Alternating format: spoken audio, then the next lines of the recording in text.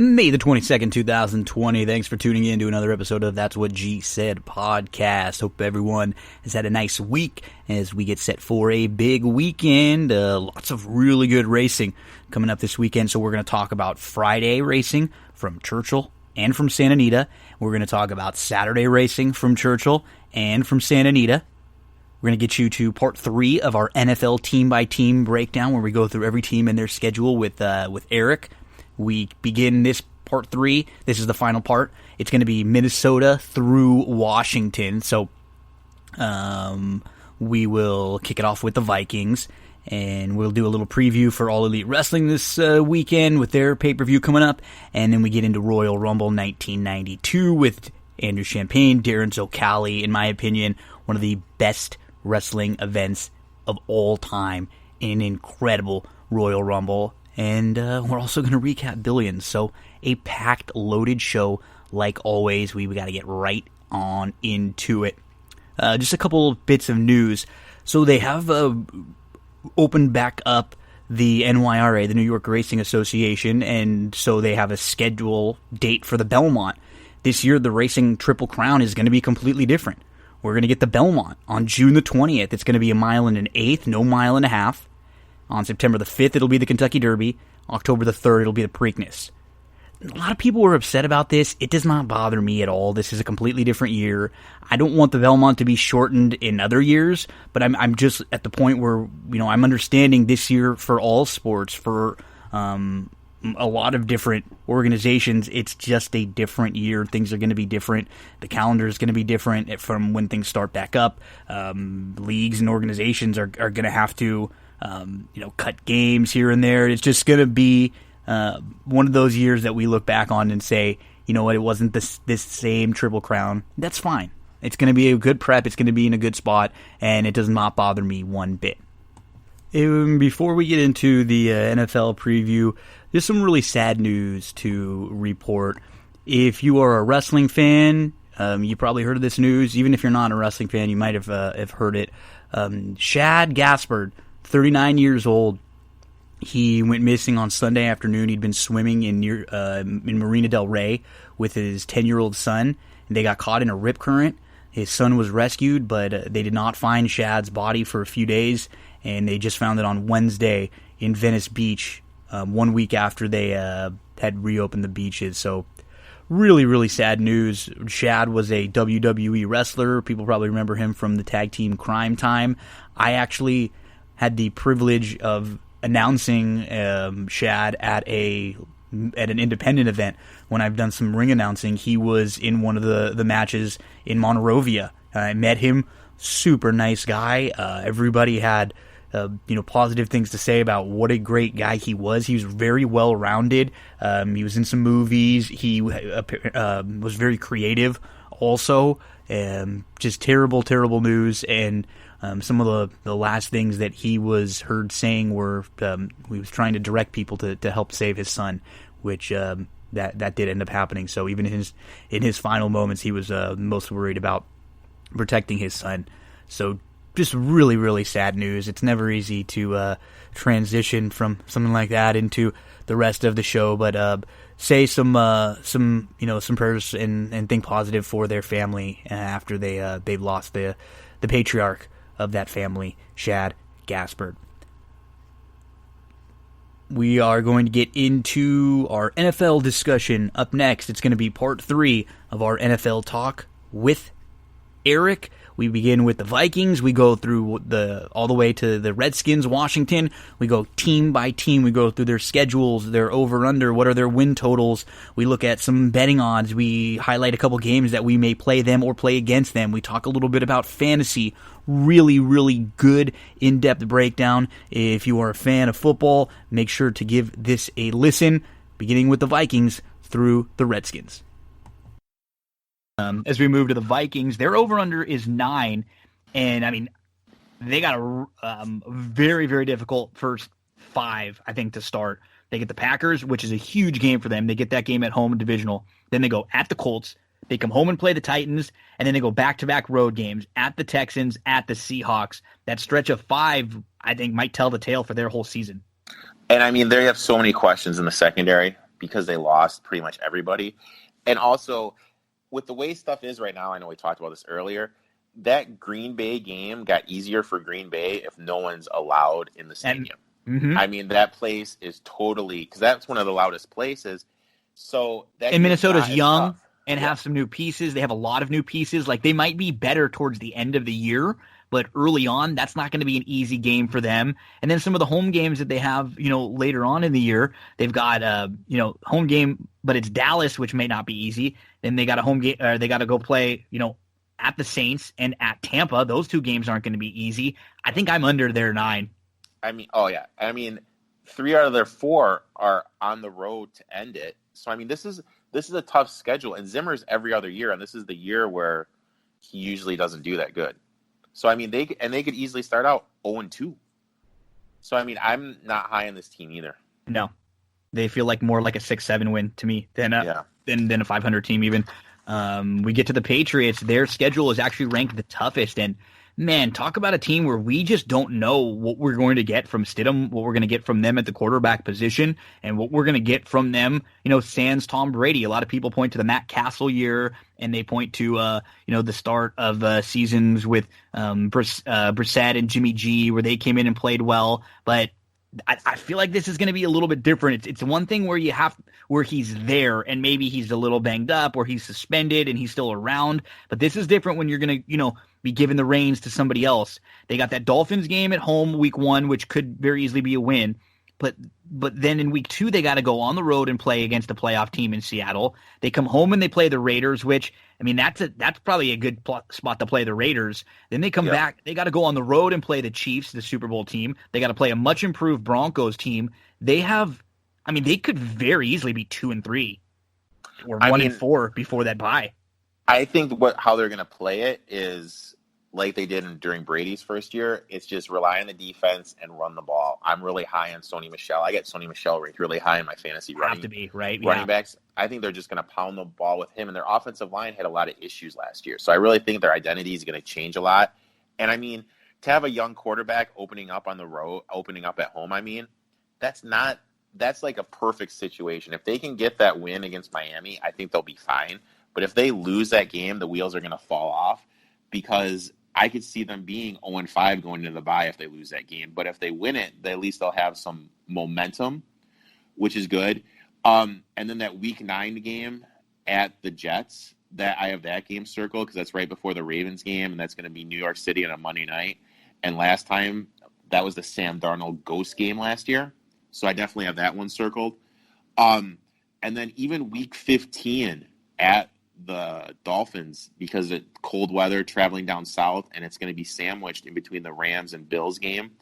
I like that spot, and I just think the first game is just going to set up how it goes for them. Because if they lose to Miami, they're done. They're done. No, they're done. Yeah, they're done. I mean, it's sad, silly to say with a Belichick team, but I mean, I don't see them winning that Seahawks-Chiefs game. So I mean, I think through their 5, their best case scenario is probably 3-2. Oh, at best, yeah. At best, yeah. And then you come back after the you went through all of them. You come back after the bye, you get the 49ers. I mean, how many playoff? Look at just going off of last year's playoff teams that they're having to play this year, and then the other teams that they're playing, they're all a little bit improved. You look at the Cardinals, who are much improved. The Chargers are much improved. The Rams aren't exactly a bad team either, and those are on the road. I don't like this schedule at all. I am under. I think the Patriots missed the playoffs. I don't think they're going to win the division. I think they might be under 500 this year for, I think the AFC East is going to be like the NFC East, where everyone's like 7-9. Yep. Yeah, I agree. I think it's just going to be a little the Jets. I think the Jets might be worse. They might be bad. We'll get to them in a minute before we get to one of the best teams, I think, in football. The Saints, their over-under is 10.5. They kick things off with a big game where they play the Tampa Buccaneers, and we're going to get Brady versus Breeze right off the bat. Week 3, we're going to get Breeze versus Rodgers. We're going to get the Saints versus the 49ers in a rematch of last year's really fun game in Week 10. We're going to get them playing on the road against a fun Broncos team. They have actually a stretch of 3 road games in a row where they go at Broncos, at Falcons, and then at Eagles. That won't be easy, especially when they have to come home right after and then play the Chiefs. And then on a short week, 5 days later on Christmas Day, play a rematch against the Vikings, who beat them in the playoffs last year. So not the easiest schedule. It's fun. They're a good team, but their division should be a little bit better this year. Where do you stand with the Saints? I mean, the Saints to me are always the most talented team, and they always just mess it up in the playoffs. And I think it's the same thing. I mean, I'm really interested to see that Bucs Saints game. I think it's going to be fun. And the thing with how sports betting is now, my friend Hank made this reference. He goes, you can always find value if a team you like loses. So hypothetically, let's say the Saints lose to the Bucs. They're basically 11-1 right now to win it. That value is going to go up to probably 14 or 15 to 1. Mm-hmm. Yep. So, I mean, you have to make sure you're monitoring the market in those situations. I definitely am going to bet on the Packers on week 3 because that's that back-to-back Monday night, Sunday night thing I talked about earlier. Mm-hmm. At the Bears week 8, that's a very interesting matchup because they have the Bucs coming in for Sunday Night Football. It's going to be interesting to see, for those first 5 games, what their record is going into the bye because there's a lot more earlier byes, I feel, this year compared to others. And that's going to be interesting. And then that stretch, week 9 to week 16 is insane because, I mean, Sunday Night Football with the Bucs, that 49ers rematch, and that game last year was an insanely fun game to watch. Falcons, which those games are always tough, 3 road games, then Chiefs and Vikings. I mean, that's going to be the meat of their schedule. It kind of sets up for their seeding in the playoffs. I mean, because I know this team's going to make the playoffs. It's just how they handle that schedule is going to determine where it is. We get to the Jets. And the poor Jets, their over-under is 7. Mm-hmm. I have a tough time finding their wins. You start could this team? Okay, they start at the Bills, right, which is probably a loss. Then they go home, they play the 49ers. It's probably a loss. Maybe a spot that you bet them and you play their points, but probably a loss. They go at the Colts. That's probably a loss. You and I both think the Broncos and the Cardinals are going to be much improved this year, and they have to play those 2 teams. They're at home, but they're not easy. They got to go on the road and play the Chargers and go to the West Coast. Then they come home and play the divisional Bills. Then they go at the Chiefs, and then they have the Patriots. I mean, there's definitely a world where they're 0-9. And then but I don't. benched. I mean, they're probably going to sneak a win or 2 in there. But I just, like you said, then what's up with Darnold? Then what's up with Gase? Then are they going to make the moves? Things get a little easier for them after the bye. You mentioned that weird little quirk where they play the Dolphins in weeks 10 and 12, and it's sandwiched by a bye in the middle, and then they have the Raiders after that. So, maybe a stretch of 4 winnable games if the Patriots aren't that good in weeks 9, 10, 12, and 13. But other than that, this is not an easy schedule. The last 4 games to end are tough. You go brutal. At Seattle, at the Rams, home against the Browns, and then at the Patriots. I think this might be one of the worst teams in the league. They could win 3 or 4 games. They could struggle. I mean, that week 4 game, I'm going to bet the Jets there just because it's the sandwich spot we talked about earlier for the Broncos, them traveling on the short week. That could be their first win of the season. I mean, because it's brutal to start. And, I mean, this is going to be a tough year for them. And, I mean, they drafted 2 guys with high ceilings with Beckham and Mims, but those guys have questions. And it's always interesting to me to see how a rookie adapts to being the number 1 wide receiver and having the defense focusing on them. I mean, I think Mims could crap the bed this year in terms of fantasy because he's going to be the number 1 wideout, and the Jets have 183 available targets this year, so they could be peppering him with targets, but he's going to have the number 1 DB. He has to go against Gilmore twice. Gilmore's going to eat that kid alive. This is not good for them. They could be 2-14, and then they're drafting Lawrence, and Darnold's done. I mean, that wouldn't surprise me at all. Any number that you give me on the low side, I would still think it could be lower. Honestly, this is a dead under for their over-under 7 for me. As we get to the Giants, another team that, I like some of the things they did. I think they'll be a little bit better. Their over-under is 6.5. But when do we look at them and say, where are their for sure wins? They play the Steelers in week 1. That could be a win. It's at home, so that's nice. We don't know what we're getting with Roethlisberger. Maybe they get a win right away. But then they got to travel and play the Bears on the road. It's probably a loss. They got to come home and play the 49ers. It's probably a loss. Then they got to go at the Rams and at the Cowboys. Those are probably both losses. They come home and play the Redskins, but it's kind of in a trappy spot where it's their only home game over a stretch of 4, and they got a game against the Eagles on the road on a short week following that Redskins game. They play the Bucks. They got games against the Seahawks on the road, at the Ravens. They got even a game against the Browns. I don't see a ton of wins for them. I mean, I think it's either they're gonna surprise people and go 9-7, or they're gonna be 2-14. Yep. There's no middle ground with them. I completely agree. I think that Steelers game, because if they don't have the training camp, which it's looking like it's going to be limited at least, Big Ben's going to be out of shape. That's Monday Night Football. That's a good spot for them. Yes. I love that spot for them. If they do win that game, I'll definitely fade them the next week at Chicago. But then it's a brutal stretch where they play the 49ers at home, at LA, at the Cowboys, that Redskins spot. I mean, if you can get the Redskins any points at all, even if it's 1, I'll definitely take the Redskins. Traveling to the Eagles in the short week. It wouldn't surprise me, though, week 8, if they retire Manning's number, because Brady plays for the Bucs now, and that's the Monday night game. If they do that on Monday Night Football, I will definitely bet the Giants if they retire Manning's jersey that night. And then they play the Redskins at another flat spot in week 9 on the road, and then they're going to get to the bye. I mean, I'm very intrigued by this team just because I feel they have good pieces. Their offensive line is better. They're more talented for sure. And I like Garrett as an offensive coordinator and the stuff he did with Murray. I agree. I actually took a future at 12-1 for Barkley to lead the league in rushing because I rated him number 1 in my fantasy rankings Bounce back year for running him. Backs.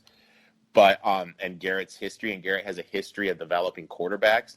But if they go 2-14, I mean, do they draft Lawrence or Fields next year? And Jones is just done. That's done. So there's no middle ground. They're either going to surprise people and be 9-7, or they're going to limp to a 2-14 season. Yep, they're not. I completely agree. I don't think they're going to be closer. I think they'll be more extreme than where their over under sits. Just like you said, maybe more of a team on the fringe of making the playoffs, or they're just miserable. And we've just found out that Danny Dimes is not the guy. As we go to the Philadelphia Eagles, their over-under is 9.5. They have, 3 winnable games to start the season. They play on the road at Washington, division game, maybe a spot where you play Washington with the points, but probably still a win for the Eagles. Then they play the Rams at home, the Bengals at home, before their 2 tough road games where they go on the road at 49ers, at the Steelers, and actually a stretch of 3 tough games because then they come home and they play the Ravens right there. It's not an easy schedule, though, by any means, but 9.5, it feels a bit high to me. I still think they're a solid team, but when you have games with the 49ers, Steelers, Ravens, Cowboys, Browns, Seahawks, Packers, Saints, and another game against the Cowboys, that's not easy. I mean, they could start off the season 3-0 because they have the Redskins at home, Absolutely. travel to the Rams, travel to the Bengals. But then then they could go 0-5. I mean, because that's a tough little stretch, and then they got the bye. And that Giants game is on a short week too. You know what I mean? Yeah. That's like a trappy game there too. And then they have the Browns on the road, the Seahawks. I mean, right after the bye, they have 3 out of 4 on the road at New York, at Cleveland, Seahawks home, at Packers. That's a tough little stretch. And then 2 at home, 2 on the road to end the season. I mean, this is a tough little schedule for them. I mean, they could start out great and then have a hiccup in the road. And the whole thing with them is they added a lot of speed with the wide receivers, but they really didn't add that possession wide receiver that I feel they need. Go and get a first down for you. Yeah. I mean, that could be, what's his name? The 2 tight ends they have. Dallas and Goddard. Yeah. But I mean, they still have old man Jeffrey who's going to be able to post up. And then if Wentz goes down, they're going to have to change the whole offense for Hurts. I mean, because Hurts doesn't have Wentz's arm strength. So, I mean, everyone's all high, well, we have our backup quarterback, but he's not as talented arm strength-wise. So the whole system would have to change to something else where they can't throw it down the field. And you just added all these speed wide receivers. So, I mean, I'm not that high in this Eagles team. I think Slay helps the defense and improves them a lot. But I could This see the division could wheels be falling similar off. to last year, right? I mean, I don't Yeah. think I'm not really high on any of the teams in this division again this year based on their schedules looking through them. It's probably going to be them and Dallas, but I can understand why when you talk about the Giants, like with the Giants getting 6 games against this division, you see games on paper that the Giants can win. The couple Washington games, if the Giants beat either of these teams, Philly or Dallas, split with them or beat them twice, it wouldn't be that shocking because they're not unbeatable, either of these teams. So, yeah, I'm kind of with you. Every team has holes. There's Maybe another. there's not a dominant team. Yep, could be another year for the division where whoever wins that is a 9-win team. As we get to the Steelers, their over under is 9.5. This feels a little high for me, man, especially not knowing what we're gonna get from Ben. They did a hell of a job last year, stringing together wins, but it felt like things like some real fluky things kind of happened for them. I remember watching a lot of their games where it's like the Colts completely shot themselves in the foot against them. The Cardinals did the same exact thing. That was when Murray threw that awful interception. There might have been like the Browns play. There were 3 or 4 games that didn't feel like they won. It felt like the other team lost.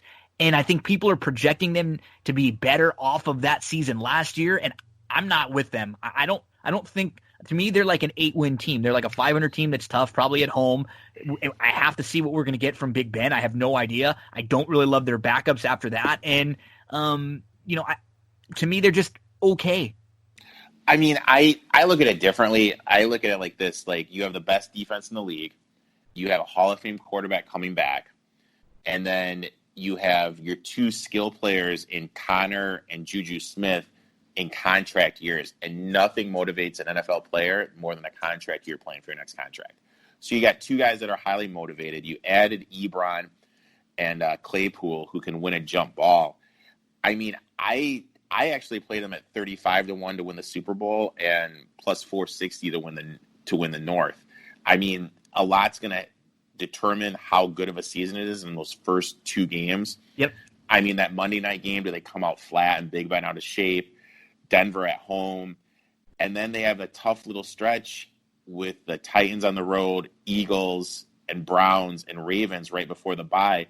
Those games weeks 4 through 7. That's a tough little stretch. I mean, if they can get to the bye and they have 5 or 4 wins, I'm going to be fully confident. Absolutely. But it wouldn't surprise me if the wheels fall off. But I think their defense is good enough where it's going to keep them in every game. Yeah, and I mean, they won't get blown out a lot. Years are huge. I mean, because those guys are playing for their livelihood right now because this is their only time they have in their life to really get that financial stability and earn money. So, I mean, everyone in the contract year always produces, and you have Juju moving back to the slot. If Ben is just capable, which I think he will be, I think they're in a great position.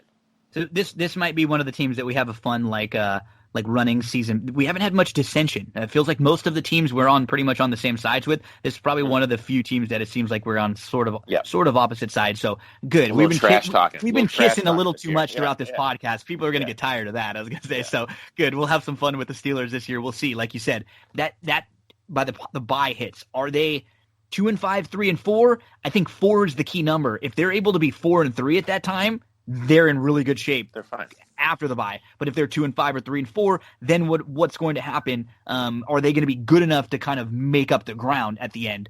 We move on from the Steelers to the 49ers. Just a few teams left to discuss. Their over-under is 10.5.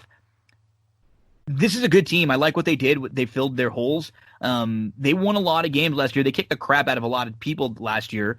And their start to the season, you know, that Cardinals game is big. They got to make sure they come to play because I think the Cardinals are going to play them really tough. And then they got 2 road games back to back. They played the Jets and the Giants. Those aren't tough. If they get through the Cardinals, this team could very easily be 7-0. You know, they could beat the Patriots and they could be 7-0 when they have to head to Seattle. But there are a couple losable games in there. They got the Rams. They get a little stretch of 3 home games in the first 6, which doesn't make it hard. And as you mentioned, they're traveling is just to the Jets and Giants. It's far, but it's not necessarily, world beaters. What do you think about the 49ers this year over under 10.5? I mean, I'm not that high on them just I'm because kind of the same. Yeah. I'm not a Jimmy G guy. I put quarterbacks in 3 tiers, and he's a borderline, he's a tier 2, almost tier 3 guy for me. I really think losing Buckner is really going to hurt that defense a lot because that front four was so solid next year, and losing him is really going to hurt. And then you have the big question about Trent Williams. He hasn't played for 2 years, and he's going to be 32 by the time camp starts. Is he going to be able to at least bring somewhat to the level? The Staley that they think that they wanted to have him. And they don't need him to be the old Trent Williams. They just need him to be Stanley level. That's it. Mm-hmm. Yep. And I mean, there's a couple fade spots. I mean, I'm definitely going to be on the Giants. The Giants will be getting probably 3.5 in that game. Mm-hmm. I definitely like that. That Finns game week 5 that's sandwiched in between the 2 Sunday night football games with the Rams and the Eagles. And then I'm going to be on Green Bay because that's a revenge spot for Green Bay. Green Bay got humiliated in that twice last year, really. Yeah. I mean, I'm going to be on Green Bay there. Because that's a good spot, and that's a really tough schedule for them, schedule quirk, where they go 3 games on the road in 4 weeks, and those road games are at the Patriots, West, at Seattle, East. Then they come home, or Seattle, or East, West, Patriots, Seattle, home for the Packers, and then back again to the Saints. Yeah, so I mean, I'm definitely going to be on Green Bay. And then when you look at the end of their schedule, 2 out of their 3 are going to be on the road, and then one of them is a Sunday night football game at Dallas. I mean, it's a tough end, and even week 13, the Monday night game against Buffalo. This schedule is a little tougher than I think people are looking at. Yeah. It's not easy. And the double-digit numbers are hard. Things break well for you last year. This is the Super Bowl hangover we talk about, too, for a team that loses. You kind of got, it's hard to get up for some of these early games in the season when you've been all the way there. You're leading in the Super Bowl, and you blow it at the end. So I think they're still a good team in a good division, but I don't know if they're going to be necessarily as dominant as they were last year. And then, like I said earlier, in those coin flip games, according to 538, they were 7-3 last year. They just go 5-5. Yeah, I mean, it's a completely different story. So, I mean, I'm a big trenches guy, and they have 2 huge question marks in the trenches, and so that's why I'm not really that high on them compared to I was last year.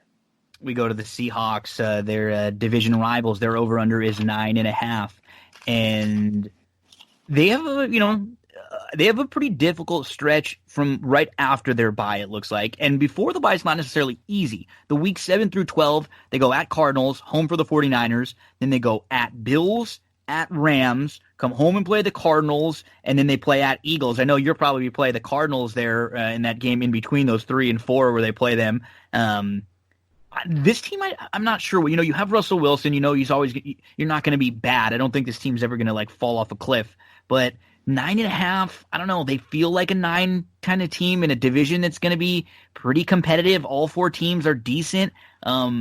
Is this team better than the 49ers? Where do you stack them up? What do you think about the Seahawks this year? With Seahawks, it's important to remember out of every team in the NFL, this is the team that travels the most, which is going to be huge. They have a lot of East Coast, West Coast, back and forth stuff. They were 5-1 according to that website, 538 in the coin flip games last year, but they were 7-1 on the road. I mean, Wilson just gets a way he just gets it done. I mean, I'm looking at week 4. I'm definitely going to bet on the Dolphins because that's a perfect spot because they're traveling from playing the Cowboys at home, early start on the road, early start in Miami, then back to play Minnesota, then going to the bye. So I definitely have that week 4 circled.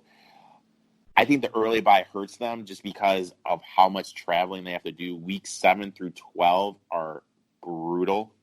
Cards, 49ers, Bills, Rams, Cards, and Eagles. That's a tough stretch. They do get 10 days, though, to prepare for the Eagles. I mean, I just don't know with this team. It just seems like Wilson always just wills them to win. Yes. I am high on DK Metcalf this year. I have him 9 on my fantasy rankings because if you look at his stats the second half of the year, he kind of morphed into the lead wide receiver, and Wilson has said they want to air it out more. So I'm high on him, but I think this is a 7-win team, to be honest with you, just with their schedule, and their draft wasn't that good. No, it's not easy. I'm definitely under the 9.5. And I think they're more of I'm kind of with you, probably a little higher. I think they're like an 8, 9, fringe battling for a wild card spot type team. As we get to the Tampa Bay Bucks, I mean, this is a team that a lot of people are going to be playing. And I mean, just at first glance, okay, they might be awesome. They could be great offensively. They've got a lot of offensive pieces. But the over-under of 10 is just, for Tampa, that is way too high. Tom Brady, Gronk, we add him in, sure. That's just way too high for 10. I mean, I've bet it at under 9. I've bet it at under 9.5, and I've bet it at under 10. I mean, I'm just bumping this. Because if you look at their schedule, starting off at New Orleans, that's a tough place to play. I mean, especially, you got to remember, Brady's a rep guy, and he's not getting any of the reps with these new wide receivers. At Denver, that's always tough. He hasn't done it historically good there. And then week 4, they have San Diego at home. That's fine. But then they travel to a short week to play the Bears. I'm definitely going to bet the Bears on that week 5.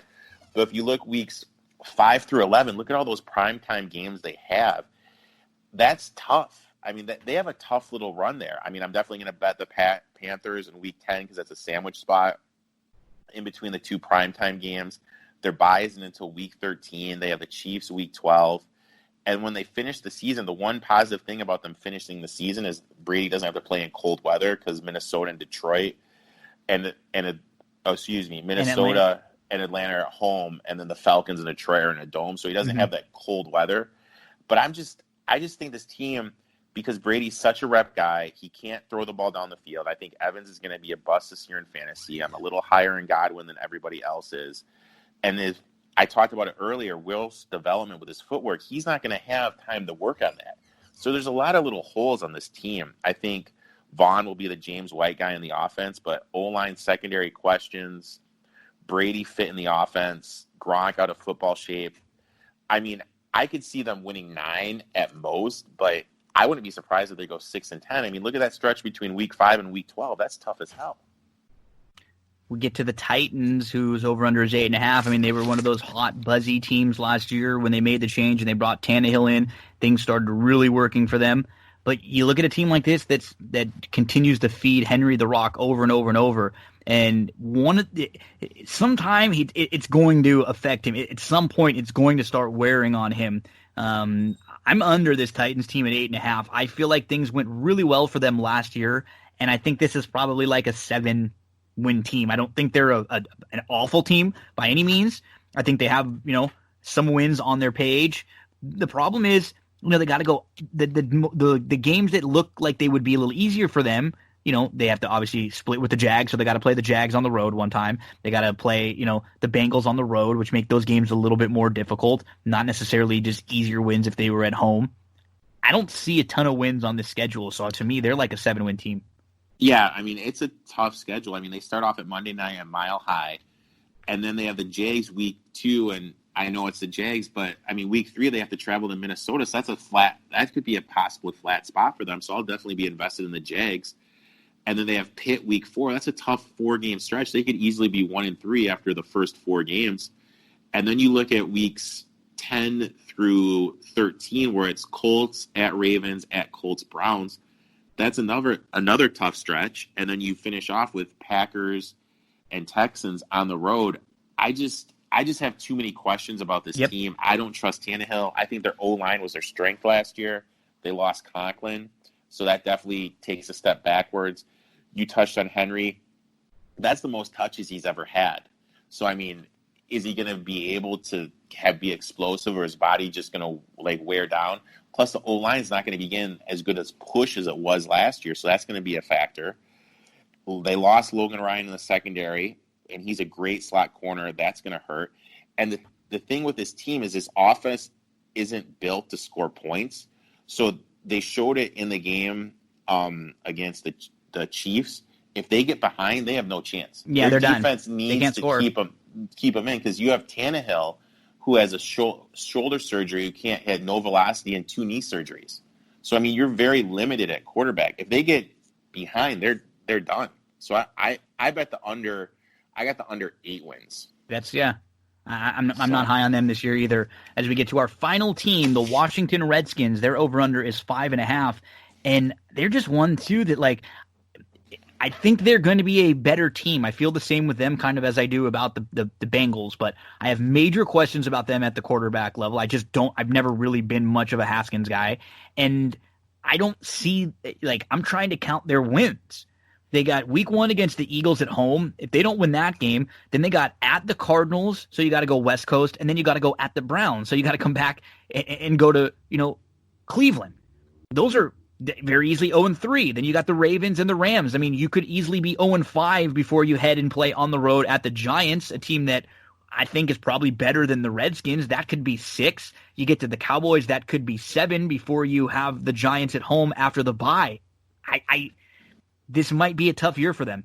I mean, they could be 1-6 going into the bye, and then the quote unquote easy part of the schedule is the next, where it goes Giants at Lions and Bengals at home. And like we talked about it, Giants, Lions, and Bengals, they could be decent, and that could be tough.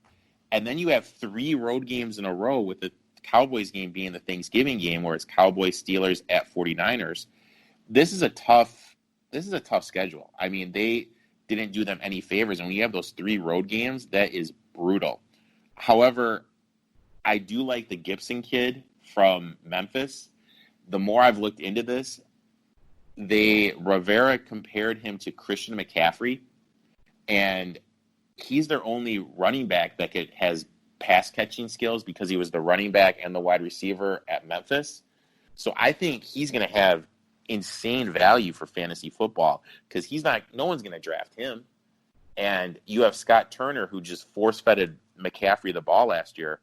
I think Gibson is a sneaky play for fantasy, but that's really the only thing I like about this team. The schedule is brutal, and like, it is. I mean, they could be 0-7, and if they're 0-7 going into week 8, I mean, do you put Allen in? But here's the thing, like, if they had Cam Newton as their quarterback, because of their defense, I would actually like them a lot more. Me too. I think their defense can keep them in games. It's just good. They have a good front 7 now too, and they're just like they're more talented than they've been. I've never been big on the quarterback. It's a first year to talk about too, with the reps with a new. I don't see their wins coming very often. They're just a rough schedule. So overall, big picture thoughts. What are some of the things? We're obviously going to have you back a lot as the season gets on, and we'll talk specifics week in and week out, and then probably have another preview or two before the season gets here. But some of the teams that you like, and maybe some of the teams that you don't.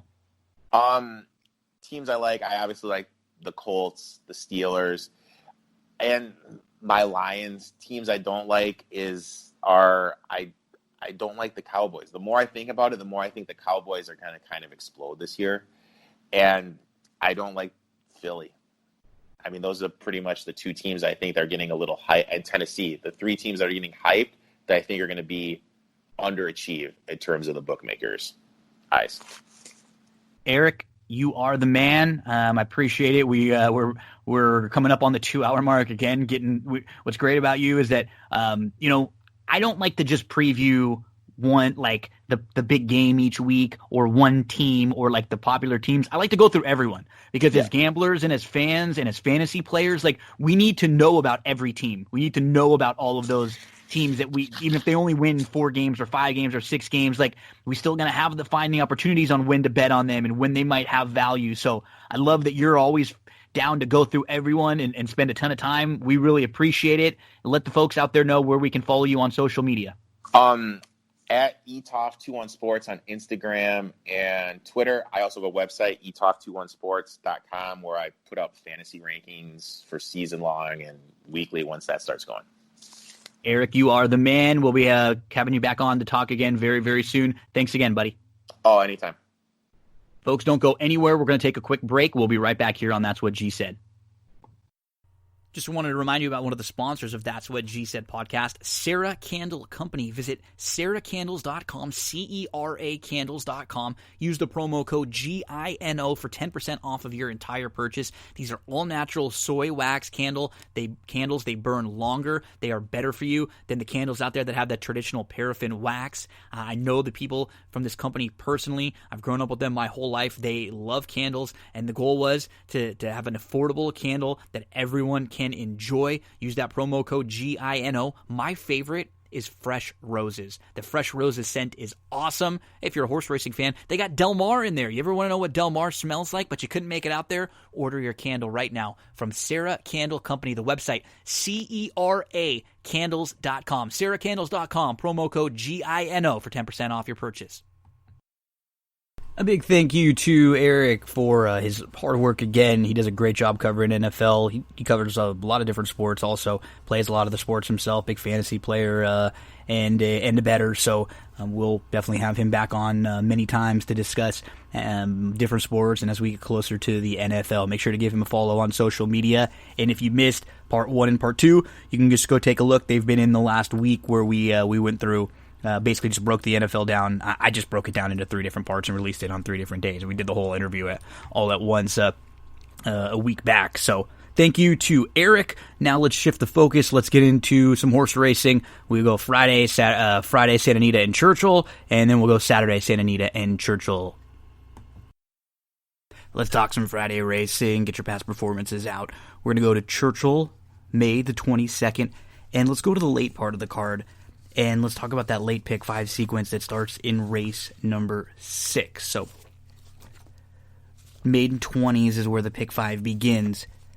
This is a race that looks like it's a good betting race because there's many ways to go. I don't think there's going to be any overwhelming favorite in here.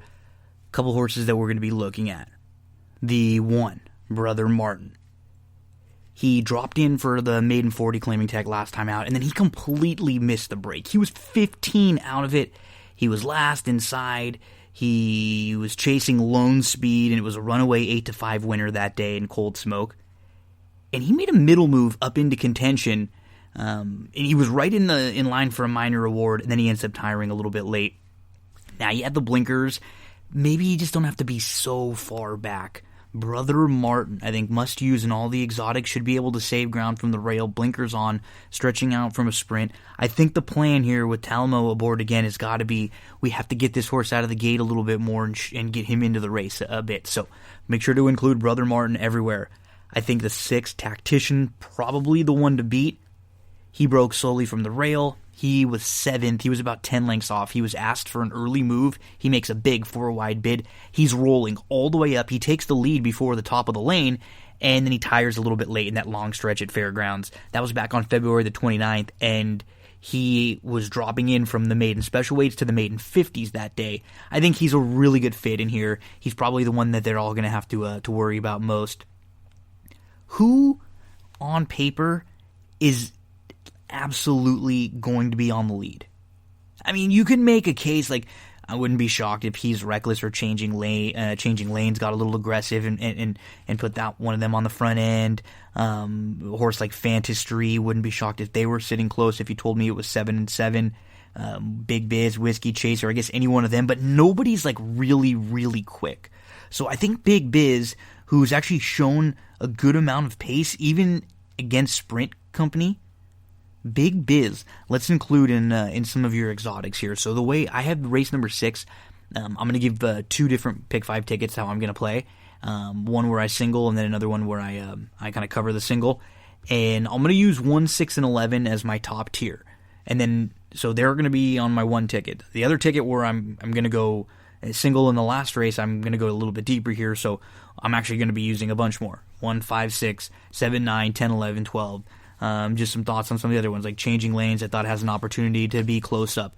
Battle of Ramadi, I'm going to go first off to Claim for a capable barn first time out. What I like is that they gelled this one, and you'll notice this horse got some action in the debut also, and just slow away and never got involved. So I'll treat this one kind of like a first-time starter here. And the 9, Fantastry, obviously, would be no shock on another drop. One who I guess is probably has got as good a shot as most in here of being close up to the pace early on.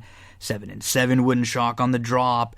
Whiskey Chaser's even one who has a little bit of speed, and his only race on the main track was in a race that came back very, very live. So you can go many directions in here. For me, it's the 1, 6, 11 on that top tier, and then afterwards, I mean, I'll have 1, 5, 6, 7, 9, 10, 11, and 12.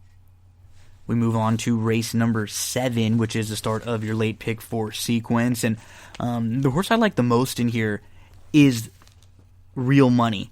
For this type of a 5.5 furlong race, there's really not that much gun it speed. I think there are a lot of pressers in here.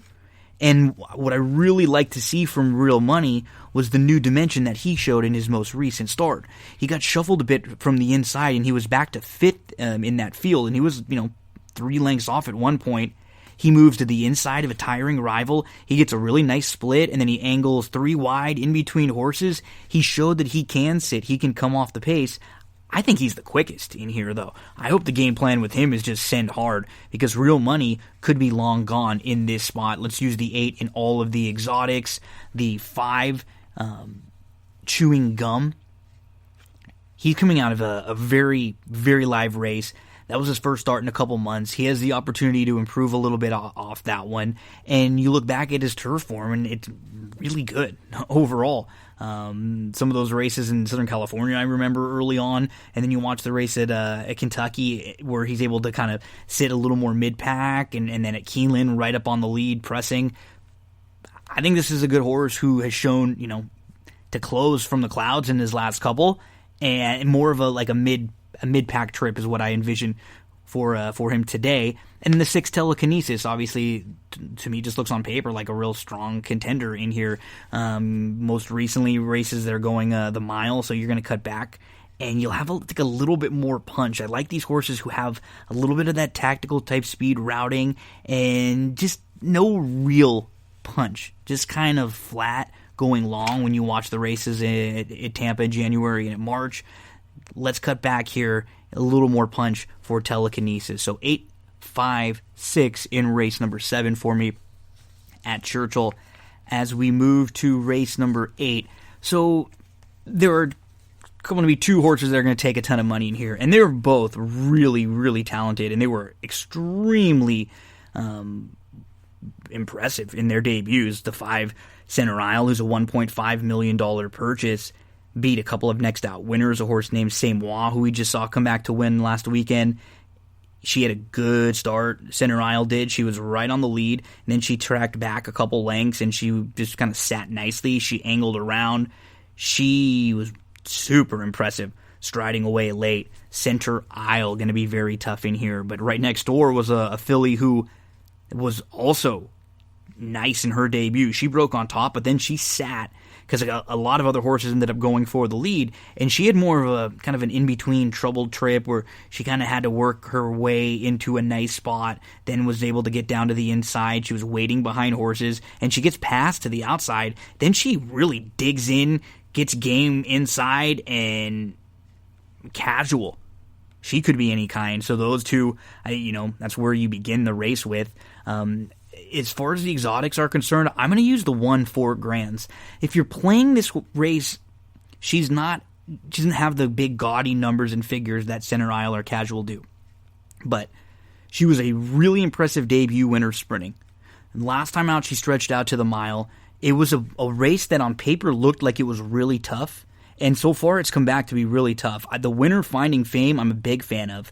The 3rd and 4th place finishers have already come back out of that race to win. And 4 Grants was just a step slow, was behind horses, and then made a move that was right up into contention, got it up into within a couple lengths before fading. So now you turn back a little bit to 7 furlongs. The rail concerns me, but you will get some value with 4 Grands from the inside. And then maybe Naboth, if you're looking for another one in here, perhaps she's the quickest. Maybe she can get out in front and steal this race. So, I think those are I'm going to use the 1, 5, and 6 in the exotics because I'm going to single a horse in the last race. I will throw the 7 in on one ticket also, but the 5 and the 6 super, super live. They're very, very talented. If I had to pick one, I would pick Center Isle over them. The way I'm going to build this ticket, though, I just kind of want to get to the last race with my single, so I'll use the horses that I think are all pretty live and pretty logical in this 8th race. Let's get to race number 9. And I like the 7 in here, English Affair, who had not raced from January 19th to from January of 2019 to February of 2020. And she drew post 12, and she was forced to try and get a little closer early on. She chased the pace. She actually chased the pace setter and the eventual winner that day, Elizabeth Way. Now she's going to make her second start of the year. I think she'll be a lot fitter today.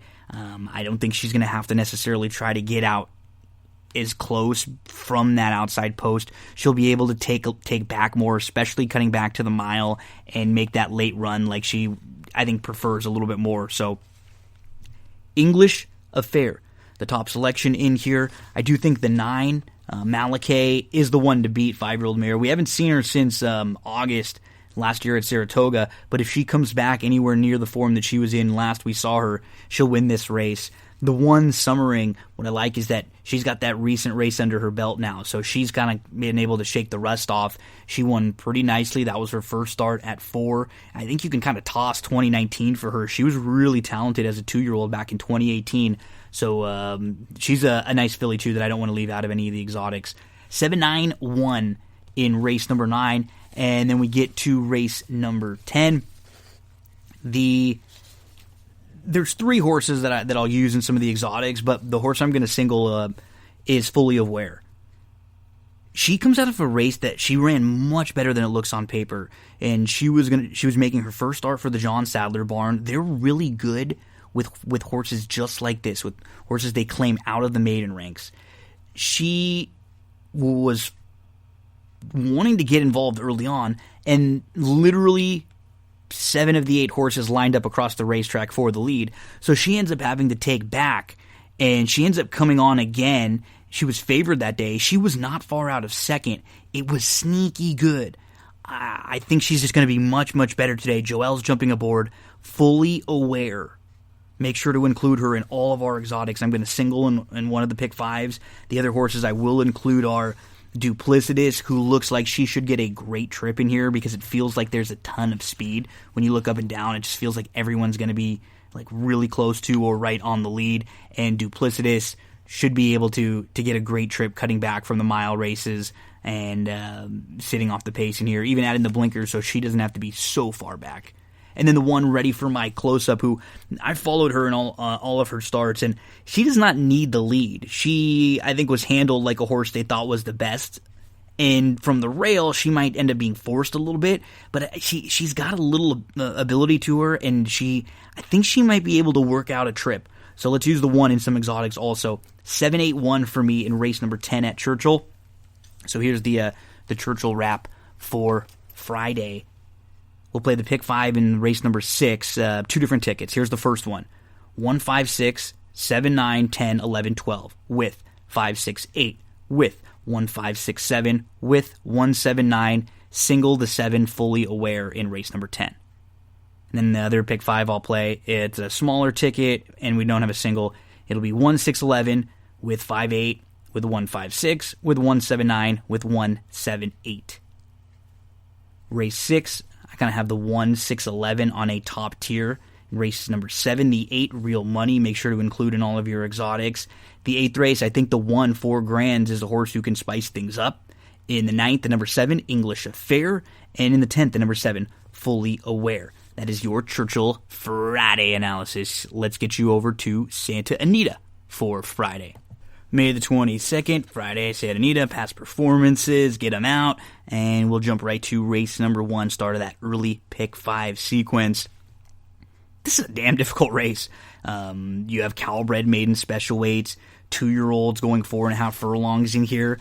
I mean, you can make legitimate cases for, I thought, the 6 inside horses. The 1, Positivity. This barn is excellent with first-time starters. They just won on May the 17th with Love Wins at the same barn of the 3, the Luis Mendez barn. And they come in from Dixie Downs where they're more fit. They're ready to go. I think either one of them could win this race very, very easily. The 2, Teton Value, has a sneaky work. You can watch it on XBTV back on April the 5th, where he broke a little slowly from the inside, and then he moves through, and he just distanced his workmate.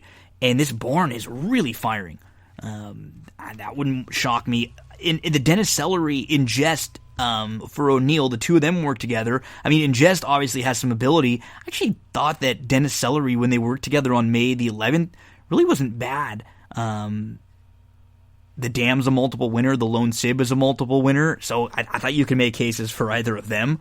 Also, the Alpine Thunder, you have a horse whose dam was 0 for 1, but they're 5 siblings. 4 of them are multiple winners, including a 10-time winning Swiss minister who won over $300,000. So this is a tough little race to get your pick 5 started. And for me, no real strong opinion at all. I will, on the main ticket I'm going to play, I'm just going to punch all to get things started. I'll probably play a backup ticket where I use 2, 3, 4, and 5. Main reason we'll kind of go to the 3 versus the 1 is that the rail concerns me a little bit with the first time starter getting a little shuffle. So difficult way to start your Friday pick 5 at Santa Anita. As we move to race number 2, the 4-year Royal Coil is probably the early pick 5 single for me.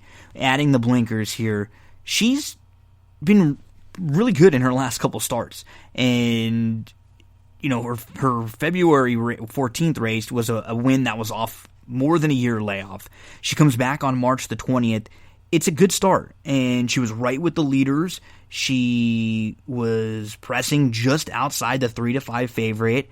Buyback was right up on even terms, even took the lead in between horses and really battled on nicely in between horses, ended up finishing second. Buyback just came back to finish second against a 50 allowance group up at Golden Gate. So the race has already come back a little productive. To me, you're going to get the cutback here. You're probably the speed of the speed, but you can sit a little bit if somebody else decides to go. Your Royal Coil should be very, very tough in here. Probably an early single in the exotics. If you do want to go a little deeper, and I'll play one of my 2 tickets, I will. Miss Bennett is the other one to include. So, you know, you got to go through horses from the bottom up. Let's go through her career. You can toss the debut. She was behind, hey, look, Summering, who we just talked about over at Churchill Downs. So she's going to get against much tougher early on. You know, her debut, tossed that race. She comes back, a couple solid races at the end of 2018. When she finishes third against Maiden Claimer, she steps up and beats a maiden special weight group. Then we see her back in 2019. You can toss that first race when she bobbled to start. She was eased. Then she came back and she tried to go long. You can make another legitimate excuse there. Let's key off that June 8th race, the 30 non-2. That's like a really similar spot. A repeat of that race there would go a long way against this group. She'd be right in contention, probably right on the wire with them.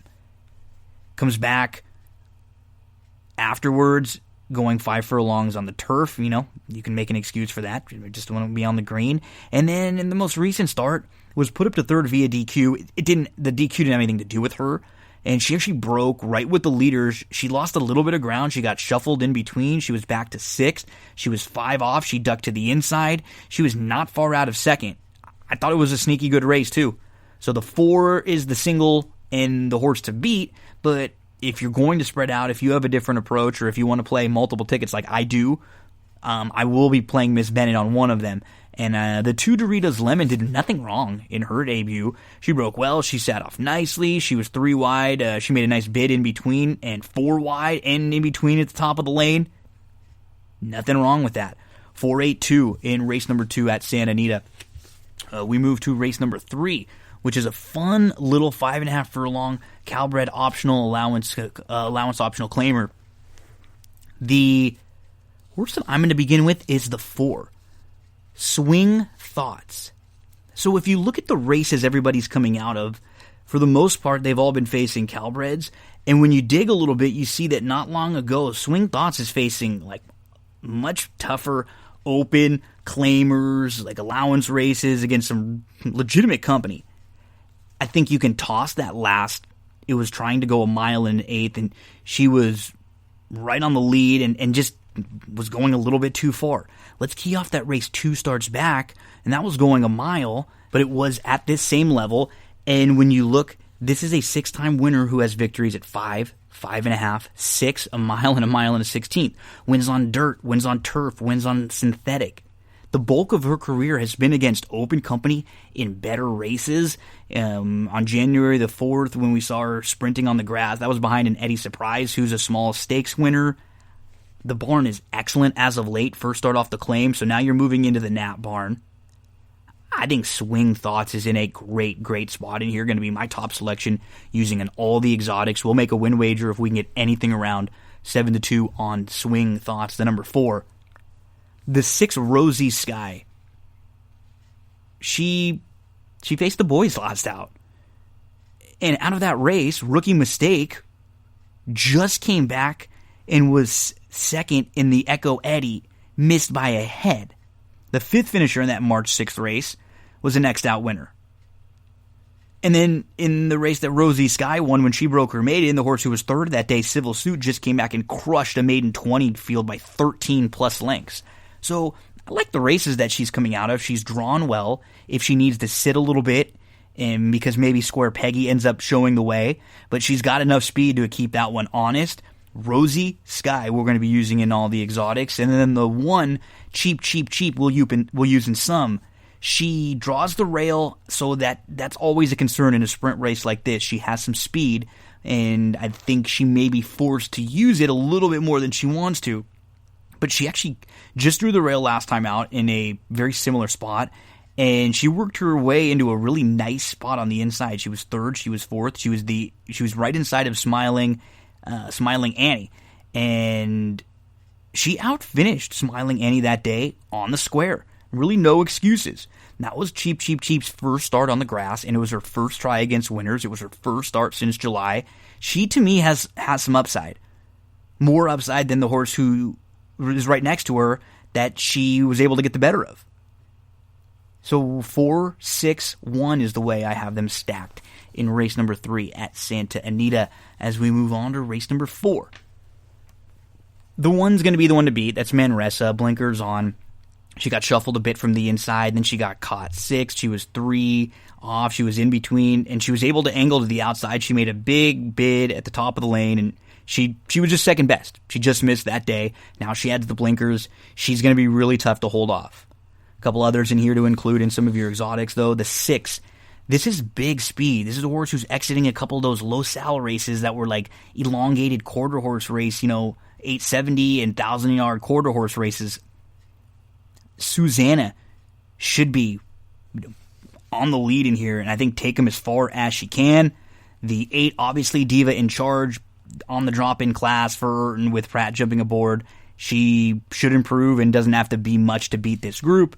And then New Year, New Me. She shouldn't be too far out of it, right? She's sprinting. She wasn't too far off the pace in a couple of her sprint races. So if she's right up on the lead or really close to it, that would not shock me. And sometimes that's all it takes in these really soft groups like this. 6-8 or 6-1-8-3. 6-1-8-3. I'll use 6 and 1 in all of the exotics. We'll use 8 and 3 when we go a little deeper. We move into race number 5. Very, very live horse from the inside, Odysseus, who is 2 for 2, who drew post 11 last time out and was able to sit close up 3 wide from the outside, made a 3 wide bid at the top of the lane. It was like a dirt kind of trip. He wasn't that wide, but just generally giving up ground like that on the grass doesn't really work. And there's definitely some ability with him here, so he's not a horse to leave out of your exotics. I think you probably want to look through this race and see where the speed is going to come from. And I think there are a couple different places that it could be. Maybe it's Order and Law, who has sat pretty close in his last couple starts. But I think it might be King of Speed. King of Speed, who woke up a little bit. He made his first start of 2020. And he was able to, he was a step slow, but then he was asked for some run, and he was able to keep up with some legitimate sprinters. He was just a couple lengths off. He was actually 3-4 wide. That was a tough group. Sistron, Bound for Nowhere, those are legitimate graded stakes types. And he lost a 3-way photo that day for 3rd. King of Speed used to be a deep, stone-cold closer, but he has shown more tactical speed as he's gotten a little bit older. I think this is a great spot for him, and hopefully Mike gets a little bit aggressive, sees that there's nobody else in here that has a ton of early lick. Stretching out from that 5.5 furlong race, that speed should be sharpened up. King of Speed, let's use him in all the exotics. Let's put him on top. The 5-horse Proud Pedro. Was a winner last time out, and 2 races back, if he didn't have to alter course late in the stretch, he might have won. He was rolling, and it may have cost him a W, and then Pratt jumped aboard and was able to get the W. So he's going to be tough right here, right back. The 3, Order in Law, would be the other one that I mentioned. Just basically as a horse who could be sitting in a great spot. In a race that doesn't have a lot of speed, he might just be able to fall into a good trip. 8, 5, 1, 3, 1, 5, and 8 in all of the exotics. The 3, if you're going to go a little deeper. And we move to we'll tell you the early pick 5. So the early pick 5s, I'm going to play 2 of them. The first one's going to go all in race 1. Going to single the 4 in race 2. With 1, 4, 6 in race 3. With 1, 3, 6, 8 in race 4. With 1, 3, 5, 8 in race 5. And then play another pick 5 in race 1 with 2, 3, 4, 5. Race 2 is 2, 4, 8. Race 3 is 4, 6. Race 4 is 1, 6. And race 5, 1, 5, and 8. Let's move to race number 6 here. Remember, you can play a late pick 5 that starts in race number 5. And in that race, I would use the horses that I mentioned, 1, 3, 5, and 8. In this 6th race, the 6, Fast Cotton. The 7, as a long shot to include in some of your exotics, Remains Gray Suit, who has been sneaky in good form, hasn't been far behind some of them in this spot, and I think this is a really good spot for Remains Gray Suit. 6, 9, 7, 10. Those are the 4. Short of Easy, Papa Turf, Fast Cotton. Yes, they're all super Captain Obvious, so we'll include them. I try not to, if it's Captain Obvious races, I don't really even talk a whole lot about them. I kind of skip on over them. I try to wait for the races where I can actually tell you something that's a little outside the box.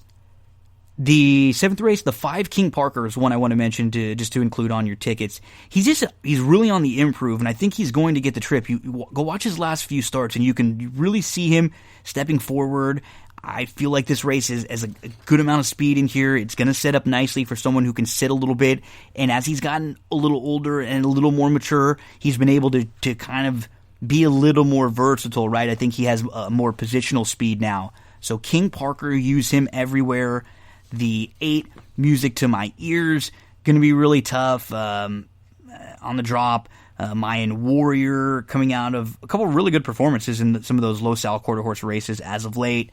And the 2, Sierra Melody, if you're looking for a price, I think that's one to include. And then the 6, Red Valor. So spread out race here with the 5 on top. 5, 8, 10, 2, and 6. In race number 8, I'll use 3 horses in here. The 7, Tis a Magician, is no doubt the one to beat, but this is a 3-year-old, going to have to deal with some older. That's a single winner, going to have to be dealing with multiple winners here. So I'm going to look to a horse like Boogaloot, who I think can sit a little bit.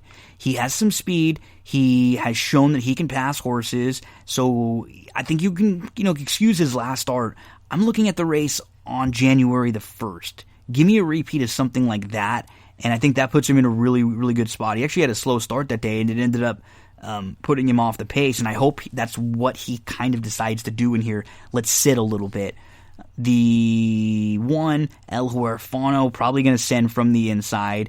So it was 6, 7, 1. Those are the 3 for me in race number 8. And then it'll all come down to the single in race number 9. And that's going to be the number 7, Rose's Crystal, who takes the blinkers off today. She showed on February the 16th a really nice late closing kick. She had some trouble that day. She came back on March the 20th and again didn't have the best of trips. She was outrun early. She was last. She angled around. She made a big 4-5 wide move. She was just a little flat late after that big wide move. She ends up just missing second.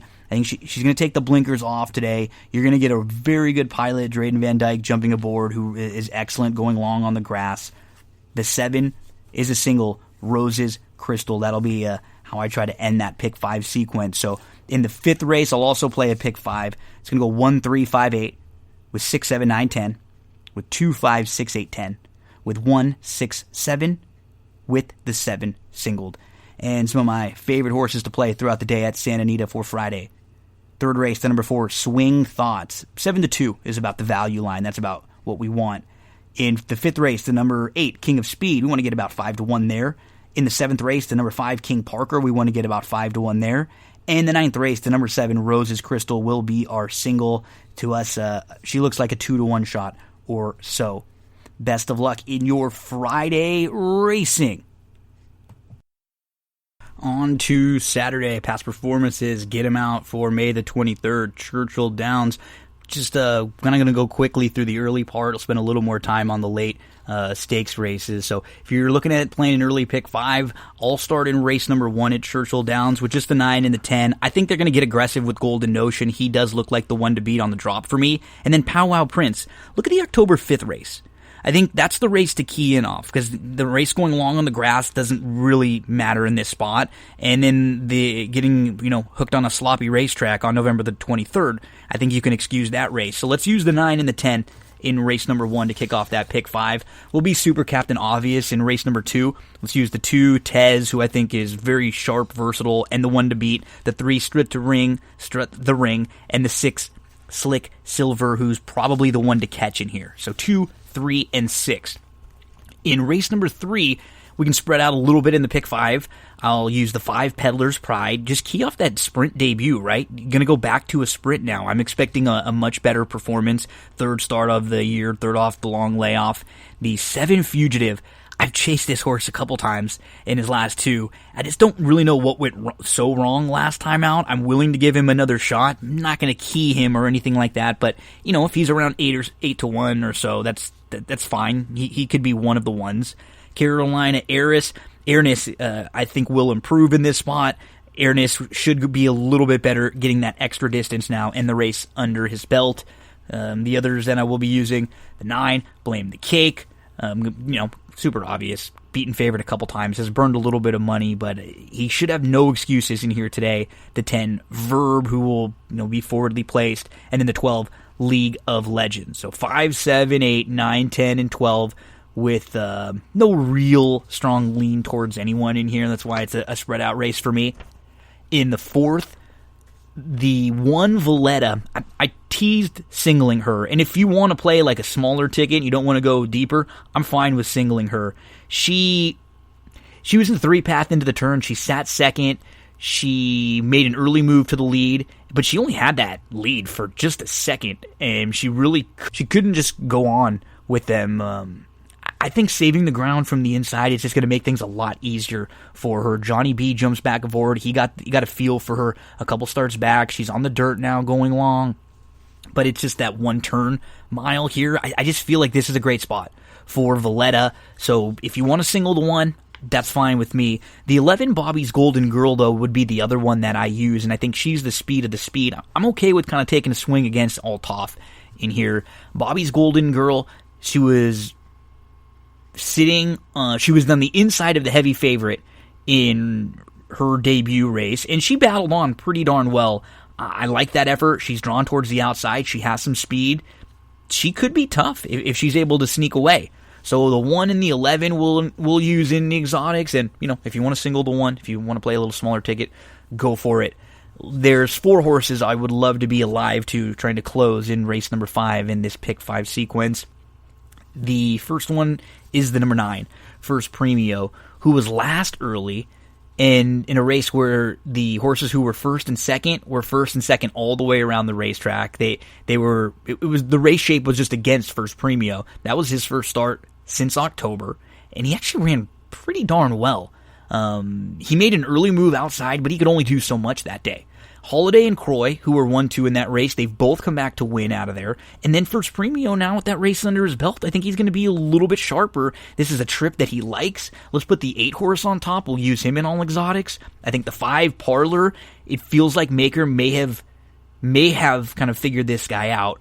And he's taken a little step forward in each of his last few starts for the newborn. Parlor could sit really close in this race early, maybe get the jump on some of the deeper closers, like a Mr. Misunderstood, who, if you put a line through his last effort, he really fits in here. You can just give him the opportunity to have a clunker, and this is a racetrack that he absolutely loves. Hembree's another one who he doesn't mind settling for minor awards, but he's good enough to beat this group. He absolutely can contend in here. So we'll use those 4. 8, 5, 9, 10. First premio on top. So that early pick 5 will play 9, 10 with 2, 3, 6, with 5, 7, 8, 9, 10, 12, with 1, 11. If you want a single Valletta, you can cut the ticket in half right there, with a 5, 8, 9, 10 in race number 5. Let's move along to race number 6, and I'm going to go to the 5 in here. Breaking News, who made his first start of the year and his first start since November on April the 30th, and I thought it was a decent effort. He was traveling well mid-pack, and then he had to angle around 6 wide, so he ends up being a little bit flat late. It was just having to make that kind of an early move. I'm expecting him to have a lot more fitness, a little more punch here late today. Breaking News, let's use him in any kind of exotics. If you can get 6-1, I think that's worthy of a win wager on Breaking News. In race number 7, we start the late pick 5. It begins with the Shawnee, and it is an all-stakes pick 5. In this race, I'm sure a lot of folks will start with Dunbar Road and probably even single this filly there. She is super talented. It's okay to excuse what happened in the Breeders' Cup. A lot of horses just didn't run well over that racetrack that day. And other than that, you don't have a poor effort on her resume. I prefer She's a Julie to Dunbar Road in here. She's a Julie has a little more tactical speed. I like the fact that she's drawn well. I think she'll be able to get a nice jump in here on Dunbar Road. And if Emma doesn't push the pace, and maybe even if Emma goes, She's a Julie will either be able to, I think, outrun her or sit. And I'm hoping it's sit with that outside draw right off of Emma. And this could be a really nice trip and a really nice spot for She's a Julie to return. She likes it here at Churchill Downs. She likes this trip. So I'm going to play a couple pick 5 tickets, probably 2 or 3 even. I always like to play a few different ones. And one of them, I'm going to single the 8. The other one will use 3, 4, 6, and 8 with Emma, who maybe can get out front or at least sit a nice trip. She's a lot better than she was in that last start. And then the 6 Volt, who takes the blinkers off. She had some sneaky trouble in her last start. She got shuffled down on the inside. She was bumped when she was looking for room. She was in tight late. Very easily could have been second that day. 8, 4, 3, 6 in the 7th.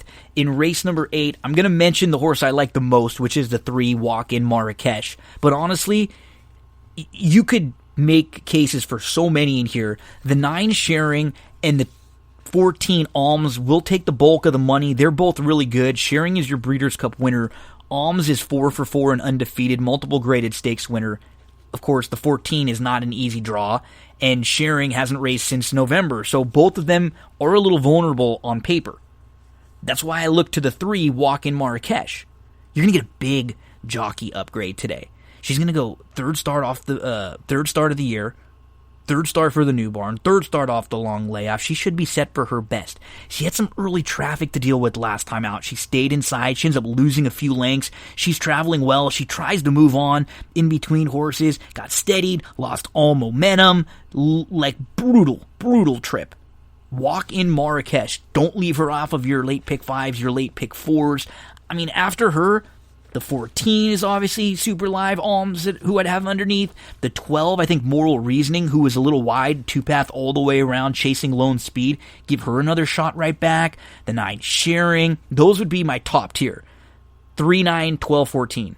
And then below them, I mean, what's wrong with Abscond, who was right there just sitting second behind a lone speed winner, couldn't get to Cheermeister.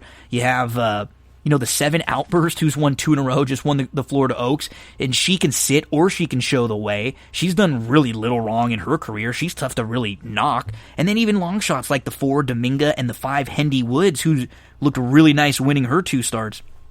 This is a good, fun, deep race. Race number 8 at Churchill as we move to race number 9. And for me, Global Campaign will be a single on 1 ticket. Global Campaign is lightly raced, has never really run a bad race. You have the Fountain of Youth, and it wasn't even that bad that day, to be honest. And in his most recent start, he hopped at the start. He recovered, But then he was sitting a nice fourth, and in that second quarter, he got outrun quite a bit. He ends up dropping all the way back. He loses a couple lengths. He's back to fifth at one point. He's outrun, but then he makes a move, angles to the outside. It's a big 4-wide move, and it wasn't a great ride. He wasn't really handled very well, and he still was able to win. And I think he's a little better going a little longer. So things were against him last time out. This looks like a great spot for this lightly raced 4-year-old to get a nice stakes victory here. So Global Campaign will be a single on one ticket, a horse I use in a lot of spots. The horse that I use in every spot. And the horse that we will use in a lot of spots is the 7, Silver Dust, who he hopped at the start, and then he was sent hard to get up. He opened up a couple lengths, but that beginning did him in. And it was going 1 1/8 miles. That's like pushing his limits a little. 1 1/16 mile is what he wants. And he lost to By My Standards, who came back and won super impressively at Oaklawn. And By My Standards looked like he might be one of the best older horses in training this year. So the 3 is on top, Global Campaign. The 7, Silver Dust, underneath. Long Reach Toddy was very impressive on May the 2nd at Oaklawn Park in his second start in a while. Maybe he needed the first start. He took a good step forward. That was just his second start at 4. He was close up. He was pressing. He really held on late, and he kept trying hard. He was only beating a length down towards the inside. He wasn't that far out of second. Long Range Toddy could blow up this board. And then the 13, we'll use Mr. Money, who had such a good year last year. I think we can we can make an excuse for the poor performances in the last 2, right? Breeders' Cup, horses just don't fire sometimes, especially the way that Santa Anita racetrack was playing. And then at Oaklawn, it was a wet track last out. So you make excuses for those 2. He has no excuses here today, second off the bench. He's got to take a little step forward, and he has to contend with a group like this. 3, 7, 1, 13, but if you want to key in on the 3 and single Global Campaign, I'm fine with that. In race number 10, the 6-horse and New York Traffic, there's not a ton of speed in here. This is the Matt Winn. He looks like he has the opportunity to get the lead. If maybe Celtic Striker wants to go, or Flapjack, New York Traffic can sit a little bit, but I think with Paco aboard, the game plan has to be sent hard. The 12 Major Fed, I think he's the one to hold off. I think he's the one they're all going to have to beat. He made a big wide move. He just missed third. He was chasing the top 2, Wells Bayou and New York Traffic, and the 2 of them were 1-2 all the way around the racetrack. And Major Fed does not have to be as far back. He can sit a little bit closer. Joel's aboard, but Joel does like to drop way out of it sometimes. 6-12, kind of as my top tier. And then right below them, I have the 1 Mystic Guide, who, check out his win when he stretched out from 6 furlongs to 1 1/16 on March the 21st. He's inside, he's 5th, he's 4 lengths off. He moves to the 2 path, then the 3 path. He's in the clear, 4 wide bid. He opens up without really being asked. And then, of course, Pneumatic's done nothing wrong. He makes a big 4 wide move for his victory last out. 6-12, 1-2. And then 10-11, right? Like, I think this is where you can beat Maxfield. He could be a little bit short because he does not need this race. He's thinking about down the line. Attachment rate, he was okay last time out. I just don't really like him as much as others in here. He wouldn't be a shock, but I think those are the ones in race number 10. 6-12, 1-2, 10-11. Closing out in race number 11, and I'm going to go to the 12, Pixelate, who was chasing Hieronymus, and Hieronymus, look, he went 50-2, 49-4, and 49 in his last 3 starts where he's won those. If he gets a trip like that, then sure, he's going to win. But with Smooth Like Straight in here, I cannot see him getting that kind of a trip. There's some others that aren't exactly slow. A horse like Street Ready isn't really slow. Island Commish shouldn't be too far out of it. Vanzy is actually pretty quick. Field Pass can sit. Billy Bats isn't slow. I'm gonna let Hieronymus beat me if he gets that kind of a trip, or if he shows that he can come from off the pace. So, and kind of the same thing with the 9. I think on one ticket I'll use the both of them, but on my major tickets I probably won't use either, and I'll just assume that they both get caught up in a pace battle. The 12 is on top. The 2, Bodie Cream. This horse I remember from Sam Houston. He is legitimate. He went over to Fairgrounds last time out. He sat second behind Hieronymus. He he was trying to press him, and he loomed right up onto even terms, and when you're pressing, sometimes you're in the toughest spot. He really did try hard all the way. 12-2. The 5 is a major player, and here, field pass, I think you have to use in all of your exotics. He should sit a great trip. Then you get the 10. Shared Sense, who's going to try the turf for the first time. He showed some ability on the main. If he can transfer this over to the grass, he's not going to really have to improve a whole hell of a lot to contend with this group. So 12, 2, 5, and then 10 is kind of the wild card. And then you want to go deeper. 6 and 9 would be the other horses that are both going to be kind of battling it up on the front end. So pick 5s, the way that I'll approach these pick 5s, I'll play one ticket where I will single right off the bat with She's a Julie. And then just go deep. As deep as you can afford going in the remaining 4 races. My ticket would look something like single the 8, She's a Julie, and then deep, right? 2, 3, 4, 5, 7, 9, 12, 13, 1, 3, 7, 13, 1, 2, 6, 10, 12, 2, 5, 10, 12. And you heard how I stack them up, right? So you don't want to go that deep. You don't want to play that big of a ticket. I completely understand. I would want to make sure that if She's a Julie hits, I'm going to hit this. And then I would play another ticket, maybe on a different one that would be something like 3, 4, 6, 8 with 2, 3, 7, 9, 12, 14 with the 3, with the 1, 2, 6, 10, 12 with the 2, 5, 12. Maybe you don't like to single. That's fine. You could play a ticket that looked like this, 4, 8 with 3, 9, 12, 14 with 3, 7 with 1, 2, 6, 12 with 2, 5, 12. Good luck at Churchill Downs on an awesome Saturday card. Let's get you over to Santa Anita. Let's talk a little Santa Anita early pick 5. Race number 1 on Saturday, May the 23rd.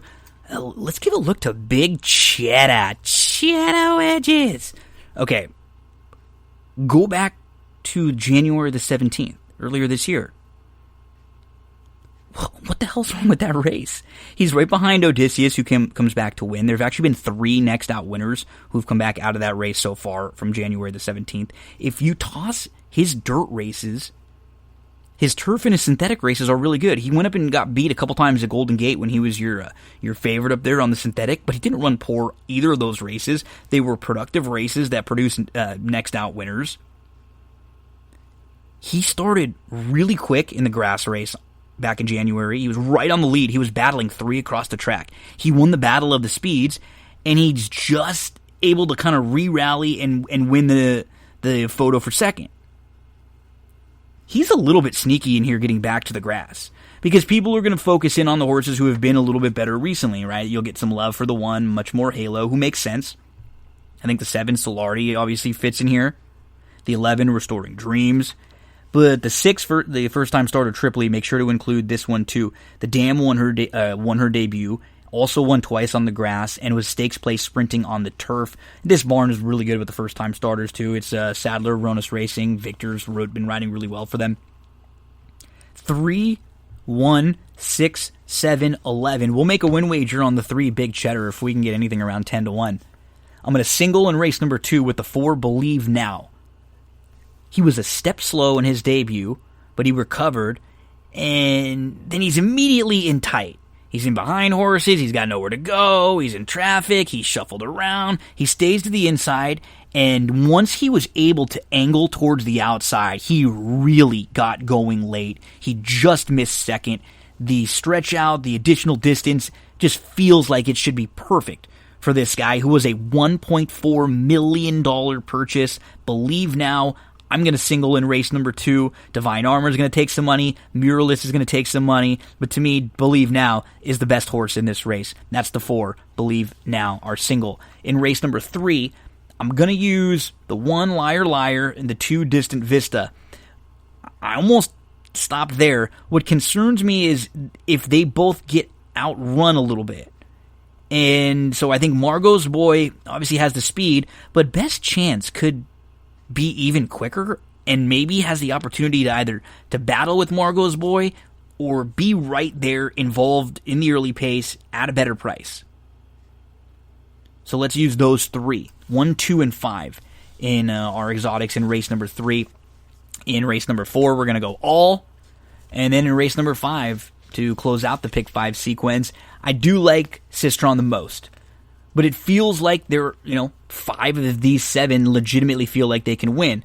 I would be a little surprised if it was either Sparkyville or Blame It on the Law.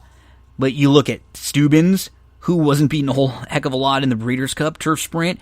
This is a very, very solid turf sprinter. What's wrong with Murad Khan, who was not far behind Sistron? I do think Sistron's the one to beat, and he showed that he can sit a little bit if he has to. Wildman Jack just was a Group Stakes winner over at Maidan. And what's wrong with Texas Wedge, who just always shows up and never runs a bad race? So, I mean, 2, 3, 5, 6, and 7 all seem like they have a legitimate shot to win this race. If you want to shorten up a little bit, I would have the 5 and the 3 and the 6 as my top 3 in here. But again, I'm going to try to get to the point where I have 2, 3, 5, 6, and 7. So my pick 5 is going to look something like this. Race number 1, 1, 3, 6, 7, 11. Single to 4 in race 2. With 1, 2, 5 in race 3, with all in race 4, with 2, 3, 5, 6, 7. If you want to go a little shorter, you can go 3, 5, 6 in that 5th race there to close things out. That's going to be all for Santa Anita for Saturday for me. I'm just not a big fan of the late races from a wagering standpoint. United's probably going to be pretty tough in the Whittingham. It felt like Brown was sending maybe one of like his C stringers over, and it really wouldn't even be shocked to see that one end up winning. I didn't love the feel of some of the late races there. So best of luck this weekend on your Friday races, on your Saturday races. We got your Santa Anita and Churchill covered.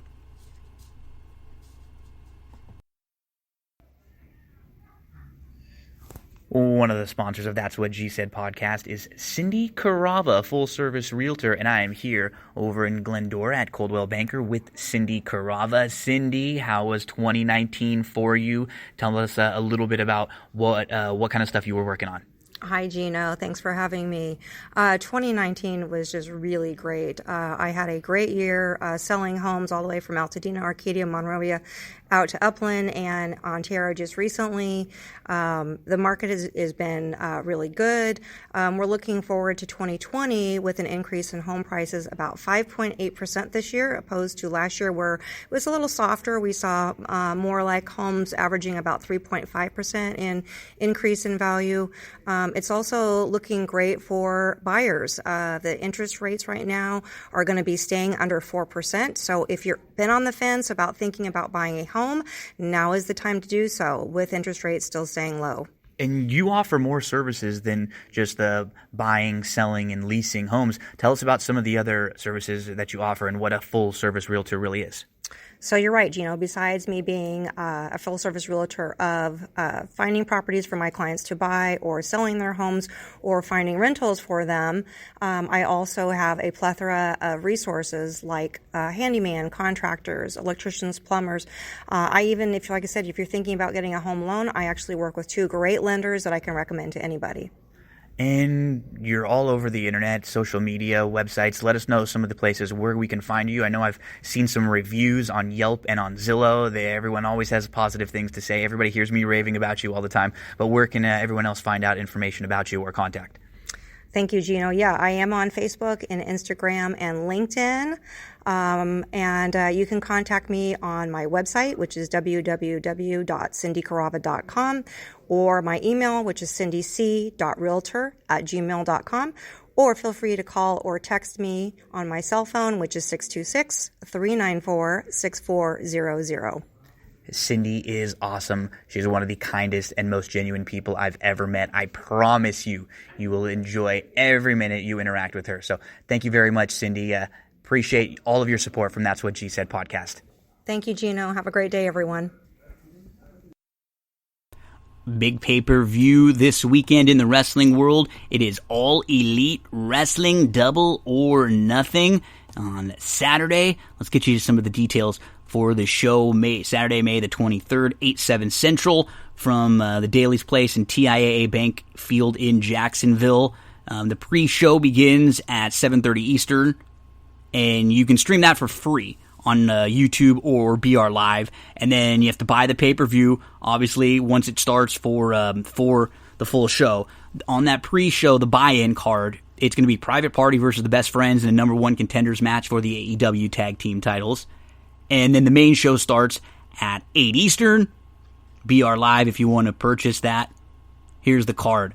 MJF versus Jungle Boy, with MJF with Wardlow. We're going to get Dr. Britt Baker versus Chris Statlander, which is the next tier of contenders for that women's title. Sean Spears versus Dustin Rhodes. Spears just challenged him recently. They're going to have their casino ladder match, which gives you the opportunity for a championship, so kind of like their Money in the Bank. Darby Allin, Colt Cabana, Orange Cassidy, Rey Fenix, Scorpio Sky, Kip Sabian, Frankie Kazarian, Luchasaurus, and then one more, a mystery opponent. The Women's Championship, Nyla Rose versus Hikaru Shida. Shida put Nyla Rose through the table on Dynamite this past weekend. We're going to get the finals of the AEW TNT Championship. Cody with Arn Anderson and Brandy Rhodes in his corner versus Lance Archer with Jake the Snake in his corner, and Mike Tyson will be presenting the TNT Championship to the winner. Jon Moxley will be defending the AEW World Championship against Brody Lee. It's going to be interesting to see what happens here. It doesn't feel like either of these guys are ready to take an L. Maybe some kind of a schmoz where Brody Lee brings somebody else in to his crew and helps, put Moxley in a compromising position to continue their feud. Then we're going to get that big stadium stampede match. It's going to be the Elite and Matt Hardy. So you'll get Hardy, Omega, Page, and the Young Bucks versus the Inner Circle, Jericho's group. So that'll be Jericho, Jake Hager, Sammy Guevara, Santana, and Ortiz. Stadium Stampede match on AEW Double or Nothing. Going to be a fun show. Saturday, May the 23rd. Hope you will be watching that because we'll talk about it next week. Now, let's get to our old wrestling rewatch. We're going to go to 1992 Royal Rumble. This show is unbelievable. Bobby the Brain Heenan is great. There are some incredible promos. I had a blast talking about this one with Andrew and with Darren. Kick back and enjoy the 92 Rumble review. Back in time to the early 90s once again. This time it's 1992, and this time it's the first Royal Rumble that we're going to discuss on our old wrestling rewatches. And the one thing, as we welcome in Andrew Champagne and Darin Zoccali to talk about the 1992 Royal Rumble. Andrew, this was your selection. The one thing that this Royal Rumble is, this 1992 Royal Rumble is, it's fair to Flair. Is it, though? Because there was a lot in the main event about Bobby Heenan saying it is not fair to Flair and that you have to be fair to Flair. Now, there were a lot of reasons why I picked this show. The Royal Rumble here, maybe it's not the best from a technical standpoint. There are a couple later on that might be better, but for my money, it's the most fun. There's a really fun opener, but I got to tell you, one of the main reasons I picked this show is where it was. I grew up just outside of Albany, New York. I worked in the Knickerbocker Arena, which is now the Times Union Center, for 2 years when I worked in the athletic department at Siena College. It's a nostalgia rush seeing that building and seeing that building come alive, and as it did a couple of times, I got to tell you, really, really cool. Darren, this is a really weird time for the WWF because there's no champion. This is the first time that the Royal Rumble... I think that like 92 and 93 is when the Royal Rumble really began and kind of became the Royal Rumble that we know today, where, the winner gets a shot for the title most years at WrestleMania. In this case, and, just a few years ago, they actually had the title up for grabs. So it definitely adds a little something. And we had all that hodgepodge with The Undertaker beating Hulk Hogan, but Ric Flair helped him cheat. And then Hogan won it back from The Undertaker, but he was cheating. So they just had the belt held up, and it's up for grabs here in the Rumble. Yeah, and the reason was because after the Tuesday in Texas show, which if you haven't watched the Tuesday in Texas show from late 1991, really good show mm-hmm. with Jake and Savage, and then the Hogan Undertaker match where Hogan wins in controversial fashion and ends up getting stripped of the title, which is why we get to the situation in the Royal Rumble. It's a unique situation. It's the first time that a championship is being decided like this. So it's got a lot of history to it. It's a Royal Rumble that everybody points to even today as one of the one of the major Royal Rumbles in history, and you could, probably shape the industry in some ways. And the only thing that drives me nuts is how they keep talking about how Piper is like the first guy ever to have a chance to win 2 titles in one night, where less than 2 years earlier, you had somebody who was walking out with both belts at WrestleMania 6. So it's like that match never happened, apparently. And, well, my God, can you imagine if Piper wins both titles? We've never seen anything like this before. Well, actually, you did, and it was in Toronto, as Andrew well knows. Yes, in Toronto, and there, I'm guessing, was a reason for that revisionist history, because Warrior hadn't come back yet. Yeah, that's a good point. He wouldn't come back until WrestleMania, and if Warrior's on the roster, I can pretty much guarantee you that conversation's not happening, but it certainly seemed like they were making an active attempt to say, what? WrestleMania 6? That main event never happened. Now, they would do that a little while later for different reasons about another WrestleMania main event. It never looks good when they do it that way, though. No. This is just a damn good show. And I mean, if you were not a fan, or like just you don't know a whole lot about Bobby the Brain Heenan, this show is just his magnum opus. I mean, he is incredible. He, like, the emotions that you see from him, how he plays everything off, it just comes off so real throughout, and we'll get to a lot of that. And I mean, I don't have, there's in the undercard, you're not like, you don't have an unbelievable slate of 5 great matches, but you have a couple pretty damn good ones, and you have one with Piper and the Mountie that's just like an all-time great crowd, really fun moment. So I really like this show. We'll get into all the specifics right now, because this thing opens up. I do love the Vince Royal Rumble intros too, when he announces everyone throughout, and Real World's Champion Ric Flair, and he's going through the British Bulldog, Ted DiBiase, Nasty Boy Jerry Sags, Haku. He lists the entire Royal Rumble, the 30 men that are going to be battling for the title, and then Gorilla and Bobby run down the card. It's Gorilla Monsoon and Bobby the Brain Heenan tonight on the commentary table, and we get things started with the Orient Express with Mr. Fuji versus the New Foundation. And right away, Brain, he says the headband is too tight around Jim Neidhart's neck, and the New Foundation is Jim the Anvil Neidhart and Owen Hart, which I'm sure, Darren, you'll probably mention 1 or 2 things about the Owen Dark Side of the Ring, which just aired earlier this week after we recorded this, and this is just a damn good match. Like, when you get Owen or Brett in a ring, very rarely are you going to see something bad. And this is where, Andrew, we get the Jim Neidhart is nuts counter, the tracker. Okay, I want to ask you, what's your guess? How many times do you think Bobby the Brain Heenan said nuts in this match? Some variant of nuts, or the exact words, Jim Neidhart's gone nuts. Just like talking about Jim Neidhart and saying nuts. Yeah. Let's see. This match being longer than I remembered it, I'm gonna need to up the count on this one. I'm gonna say 11. It was 9. You're right on. Yeah, he literally, it's unbelievable how many times he just says, he's nuts. The guy's nuts. And he just it's so funny. But Andrew, go ahead, take it first. So what are some of your big thoughts about this match? This is a good opener here, and there are reasons for this. Owen is obviously Owen. Jim is a very good tag team guy, maybe not a singles guy, but as the tag team heater, that's his role. Putting the spotlight on the Orient Express here, Kato was Paul Diamond in a mask, and Paul Diamond, with the right people, was a very good worker who had some good matches in the old AWA with a guy named Pat Tanaka as bad company. Well, Tanaka is Pat Tanaka. So WWF went to the well and said, okay, this worked there. Let's bring him in here. Because Tanaka's prior partner retired and took an office job, they needed another guy. They brought in Paul Diamond, but they were doing the Orient Express thing. And if you're familiar with Paul Diamond, there's one problem. He's a white dude from the Midwest. His name is Paul Diamond. Yeah, so they put him in a mask. A Mexican thing for a Japanese wrestler. Yeah, that'll work.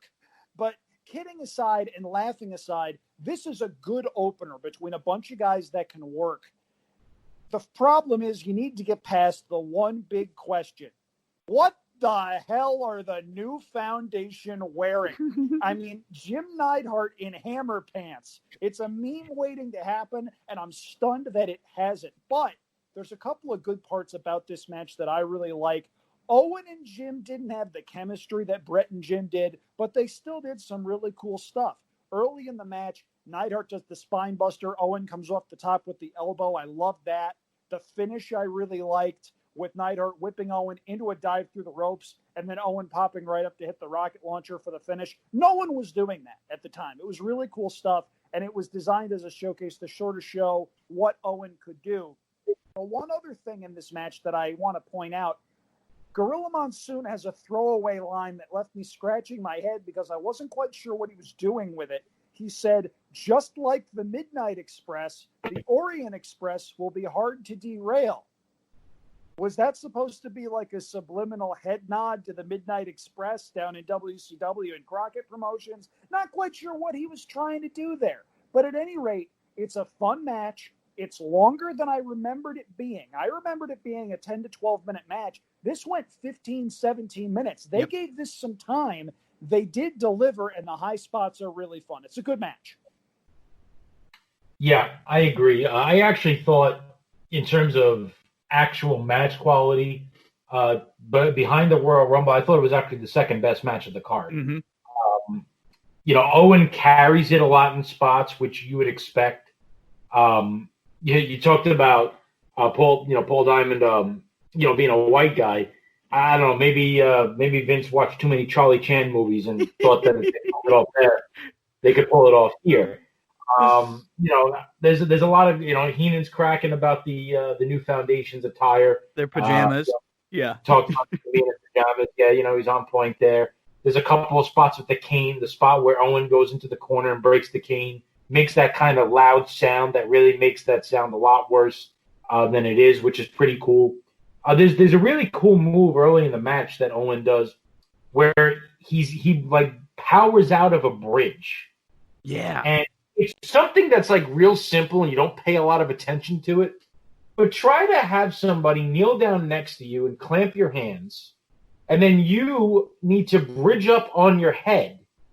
And then from that position, stand up without moving your feet. You can't do it. Most human beings can't do that. And that was something that just obviously caught my attention. During the match, they talk a lot about the Mountie and Brett stuff that went on. You get some dirty stuff we talked about with Fuji with the cane.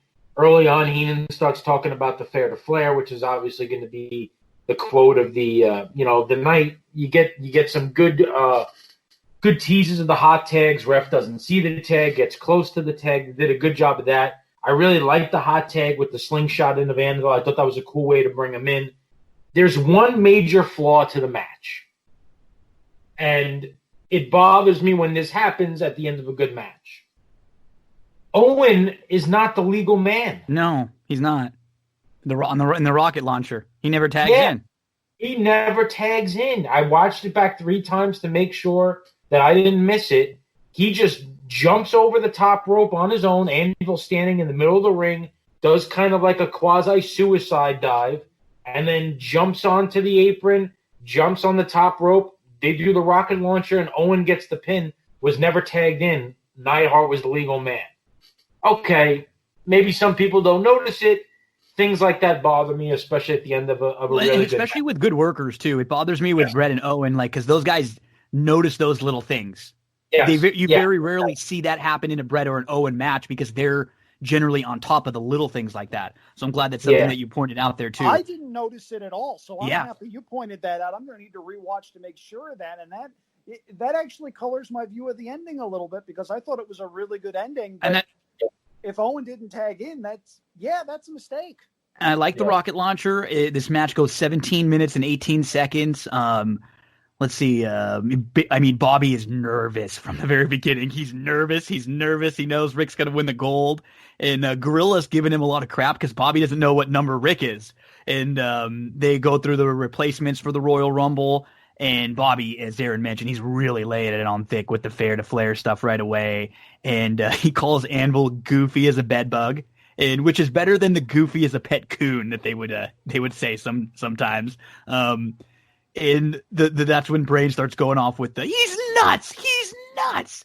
And the one thing I love about Orient Express, whatever the reason was, they just knew how to sell for Anvil's offense. I mean, every time he with the shoulder block, they made it seem like it was the most powerful move that they got like busted right through the mat. I mean, they really were selling good. And this is when they start talking about the temperature and how Brett lost the title because he had 104-degree fever. And Bobby says, I mean, yeah, I wrestled with 113. No big deal. And then he says he doesn't think Mountie should have to defend the title since it just happened a few days ago. Yeah, I mean, this is what a wrestling opener at a wrestling show should be. A fun tag match. The crowd gets into it. There's some aerial moves, and you get a babyface win to get the crowd kind of pumped up. I mean, you even get Bobby at one point. Like, you could tell he was like, wow, great tag action. I think he even said, which you just did, yeah. You rarely get that from him. So I think he even was a little bit impressed. And he thinks Anvil should have to wear a straight jacket. Just really fun, innovative offense. Great stuff there. And we get the win, as you mentioned, a little over 17 minutes with the new foundation kicking off the card. Then we get backstage. It's Lord Alfred Hayes, and he takes us through what happened with the IC title and with Bret Hart losing to the Mountie. And that was at a house show.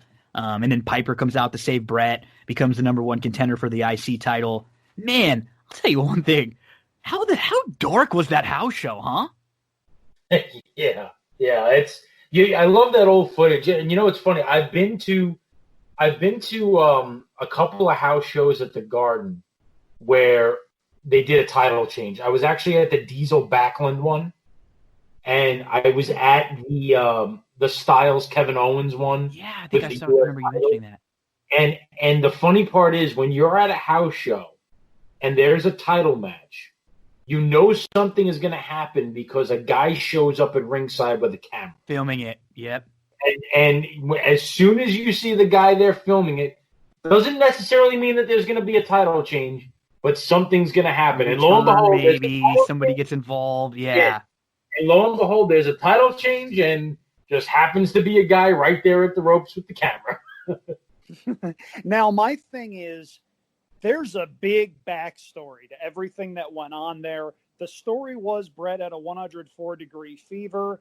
There were rumblings he was considering a jump to WCW at the time as sort of a payback for what Flair was doing. WCW, if you believe some people, may have wanted him to jump with the Intercontinental title as payback for Flair taking the NWA title over to WWF.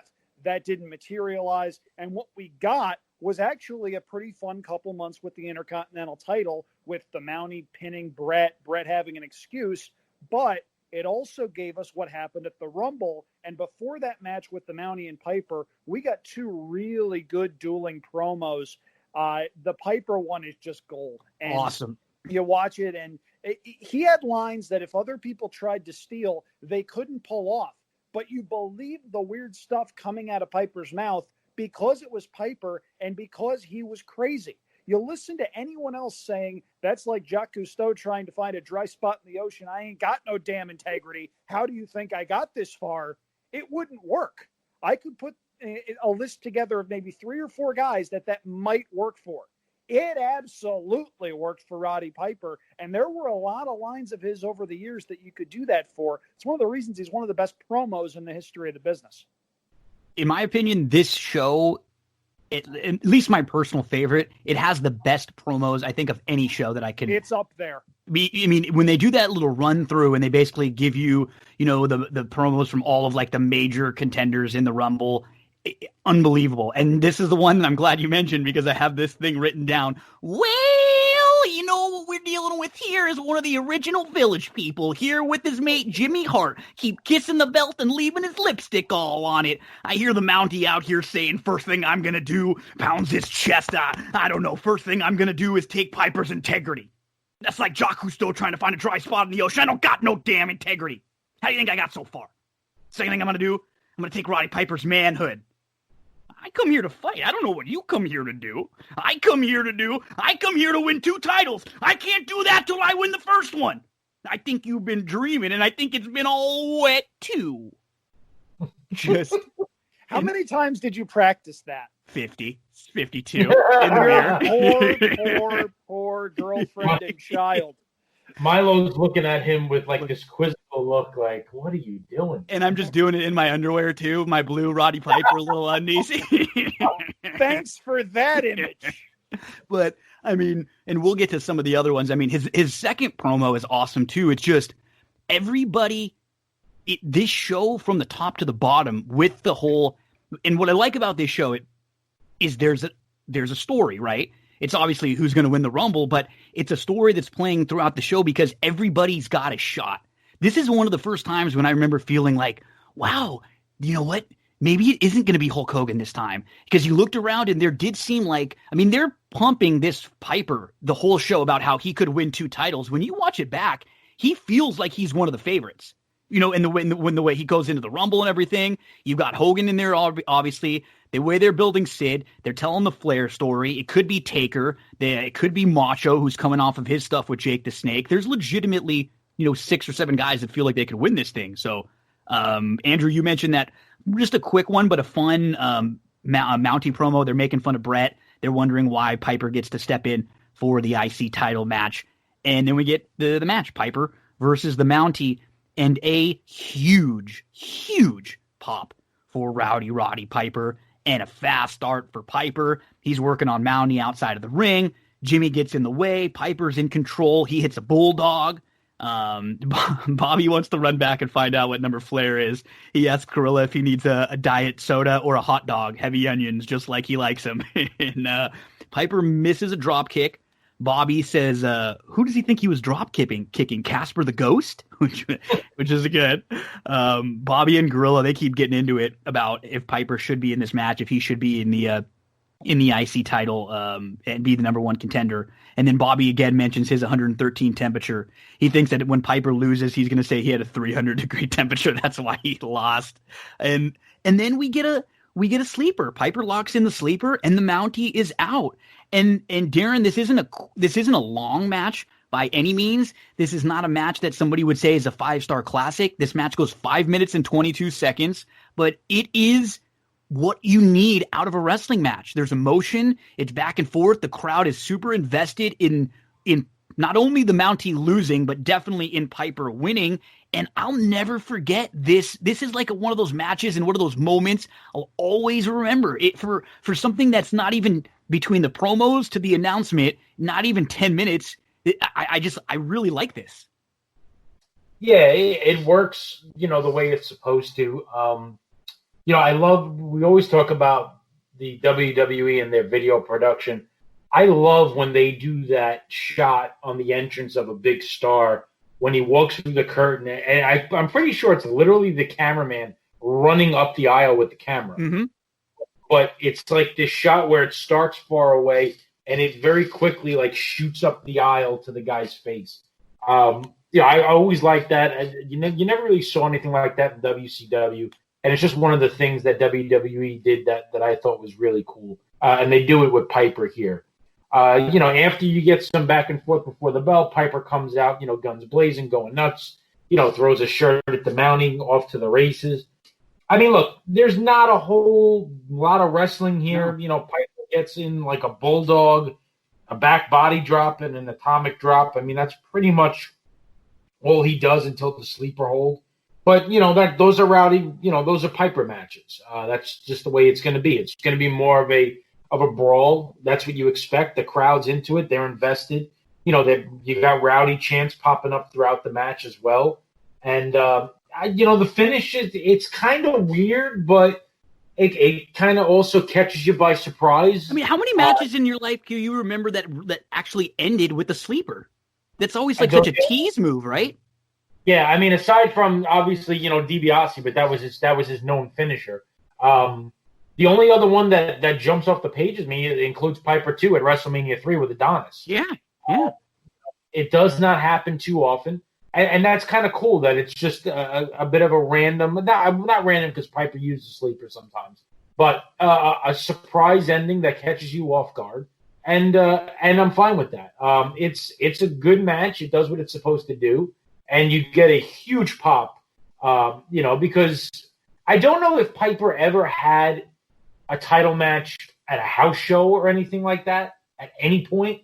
But this is the first time that Piper has a title match on a televised broadcast. Certainly on a televised pay-per-view. Yeah. They play that up, and it's kind of hard to believe that. You think Piper, huge name. Guy, never was in title matches. So that's kind of a big deal. They play that up, and you get the pop that you would expect at the end. It's short, it's sweet, it's to the point, and it's a cool moment.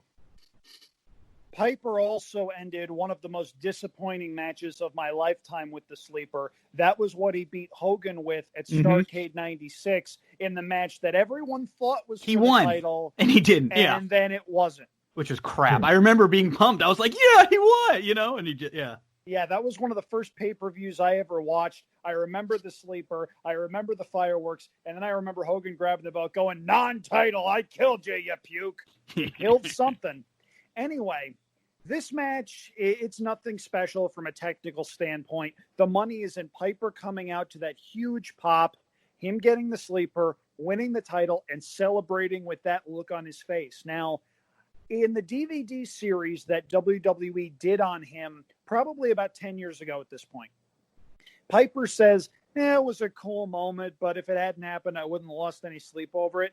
I think he's BSing a little I call BS 100%. Yes, because if you look at him holding that title belt over his head and him celebrating later in his promo that he did, that's not acting. No. Now, Piper could act, and he was in a bunch of movies.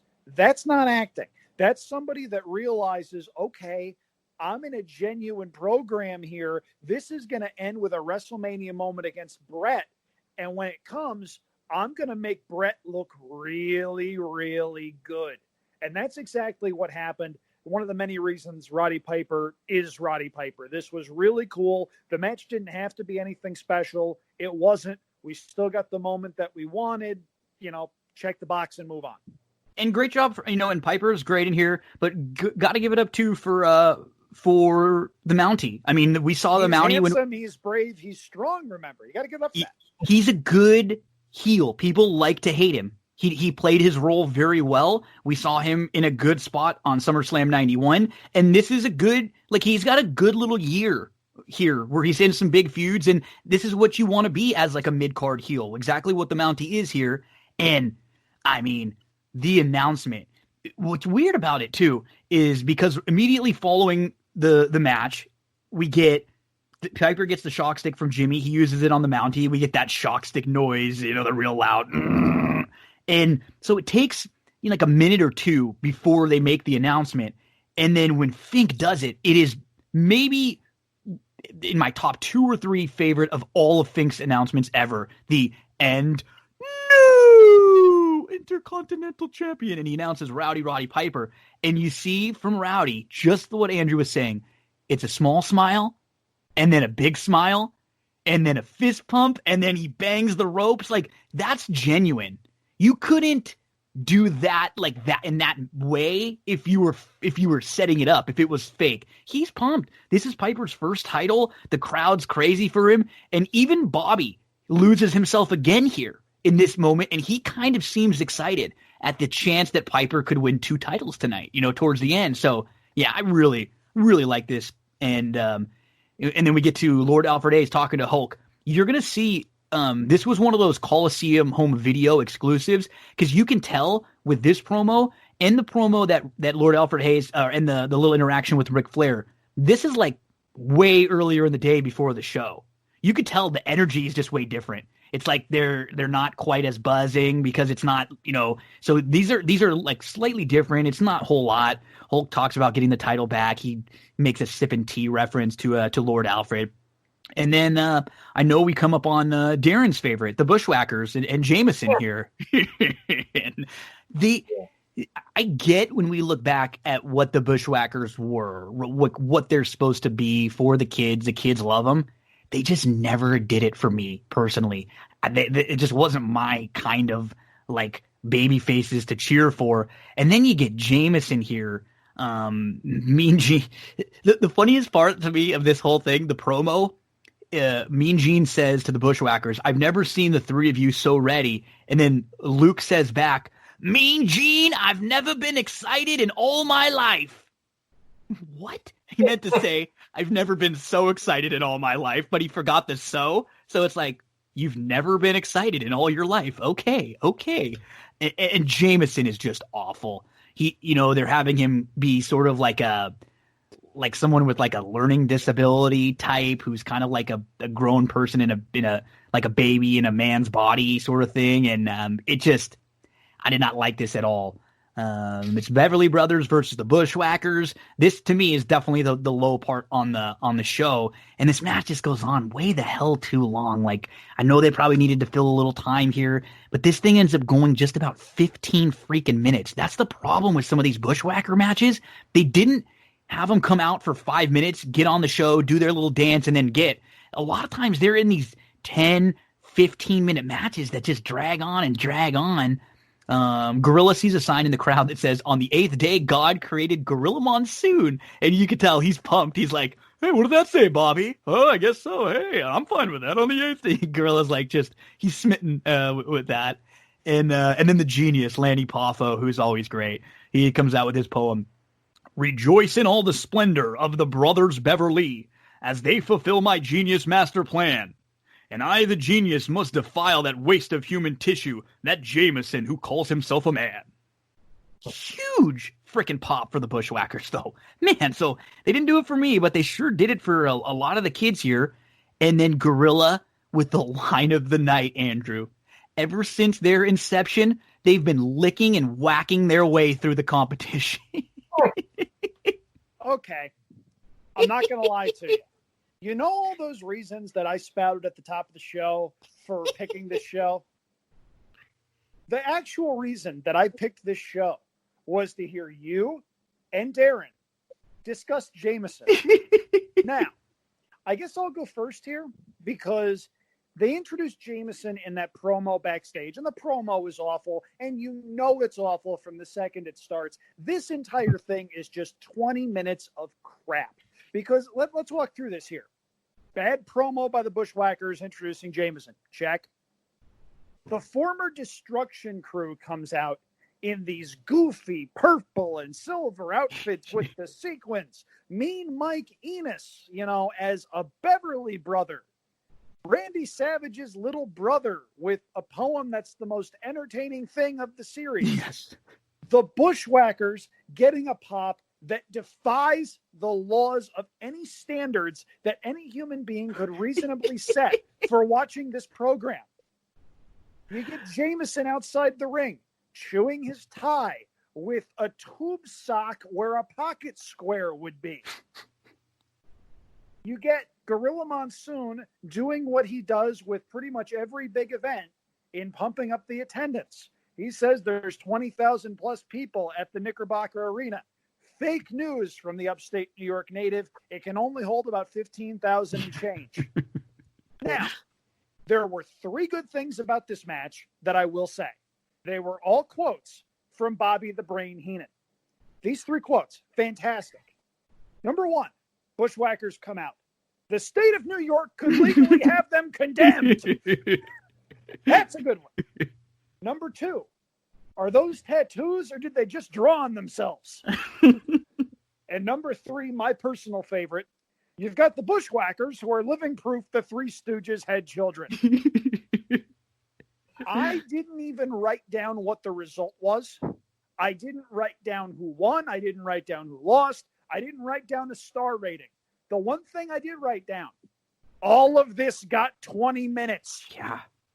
And I got to tell you, I had this perverse enjoyment of looking at the match listing when I was picking this show and thinking, oh, we'll have some fun with this. Halfway through, I was going, okay, part of me is really sorry, but part of me wants to hear what Darin has to say.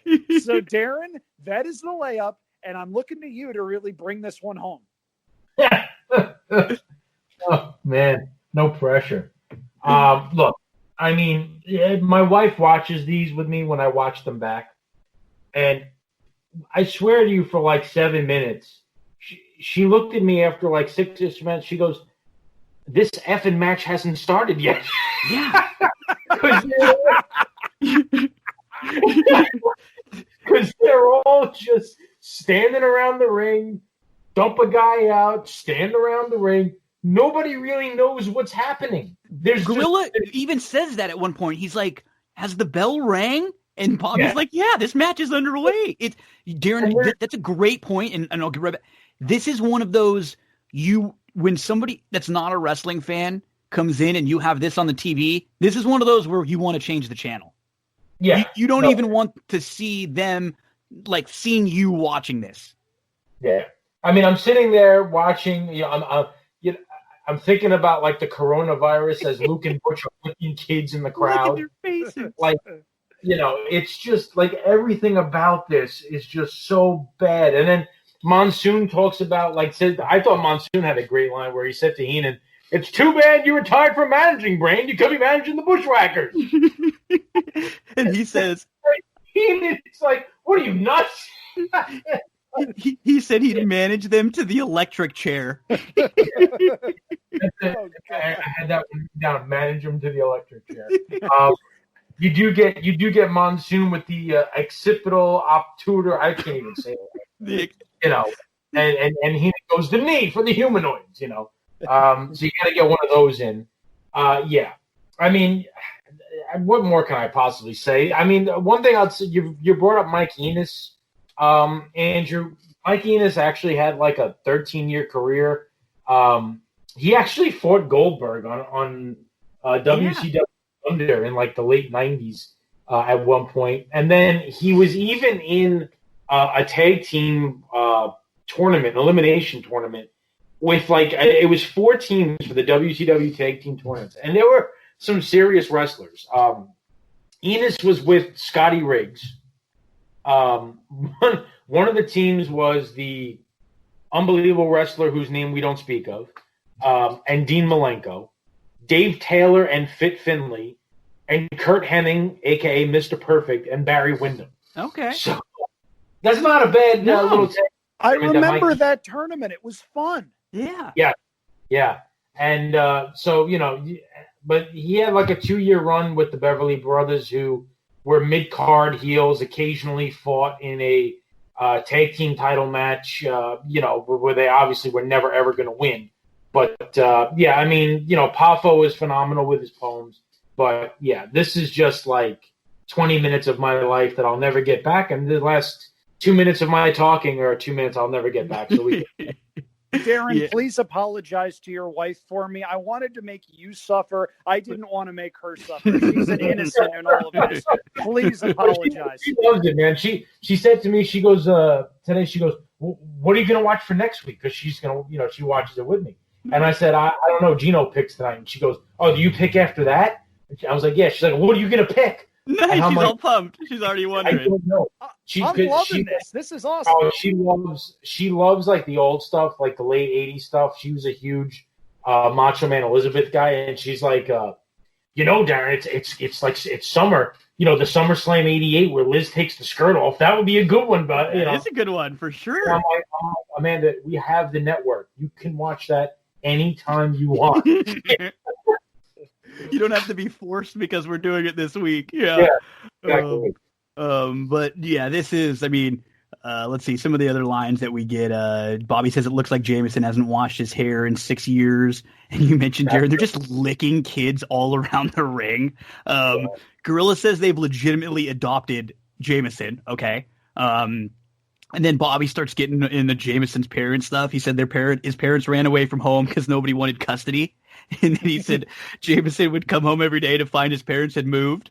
Bobby's still trying to get backstage to see what number Flair is. He's, asking Gorilla if he wants any popcorn or, extra butter on the hot dogs. And then Gorilla's getting into Bobby for not knowing. He said, how come you don't know? And Bobby says the bad thing about wrestling the Bushwhackers is that win, lose, or draw, you have to have everything you had on fumigated. These guys their matches are never matches. They're just like, 10, 15 minutes of just weird bushwhack walking. Just what Darin said, one guy gets thrown out of the ring, other guy comes in. The genius hits Jameson, and then Jameson said, he hitted me. And then Bobby says, wash your hands, genius. So Bobby's already ahead of time with the COVID-19 stuff. That's when Gorilla hits that external occipital protuberance line. And Beverly, even the win, it's like a simple double axe handle off the top rope. It's like not even a big move, not even no big finisher or anything. The Bushwhackers attack the Beverly Brothers afterwards. They hold Genius up. Jameson winds up like he's going to hit him in the face, and then he like kicks him in the shin. It's just bad. We had fun talking about the awfulness of it, but now I'm glad that we are past it, and we move on to Mean Gene with the Legion of Doom, the LOD, backstage. They're talking about their match with the Natural Disasters for the titles, and here we go. Well, Mean Gene, you know what makes us sick besides everything? Typhoon and earthquake. They make us real sick. You see, they want to throw their weight around. Well, that's okay. We want to throw your weight around, too. And when we're done with you, and we still got the belts, your tongues will be hanging out like dead deers.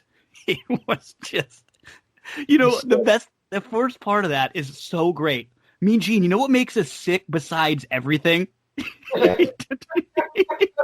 Just like thinking about it like logically. Again, I love the promos on this show so much as we get to the LOD versus the Natural Disasters, and they are billed as 852 pounds, the Natural Disasters. This is for the tag team title.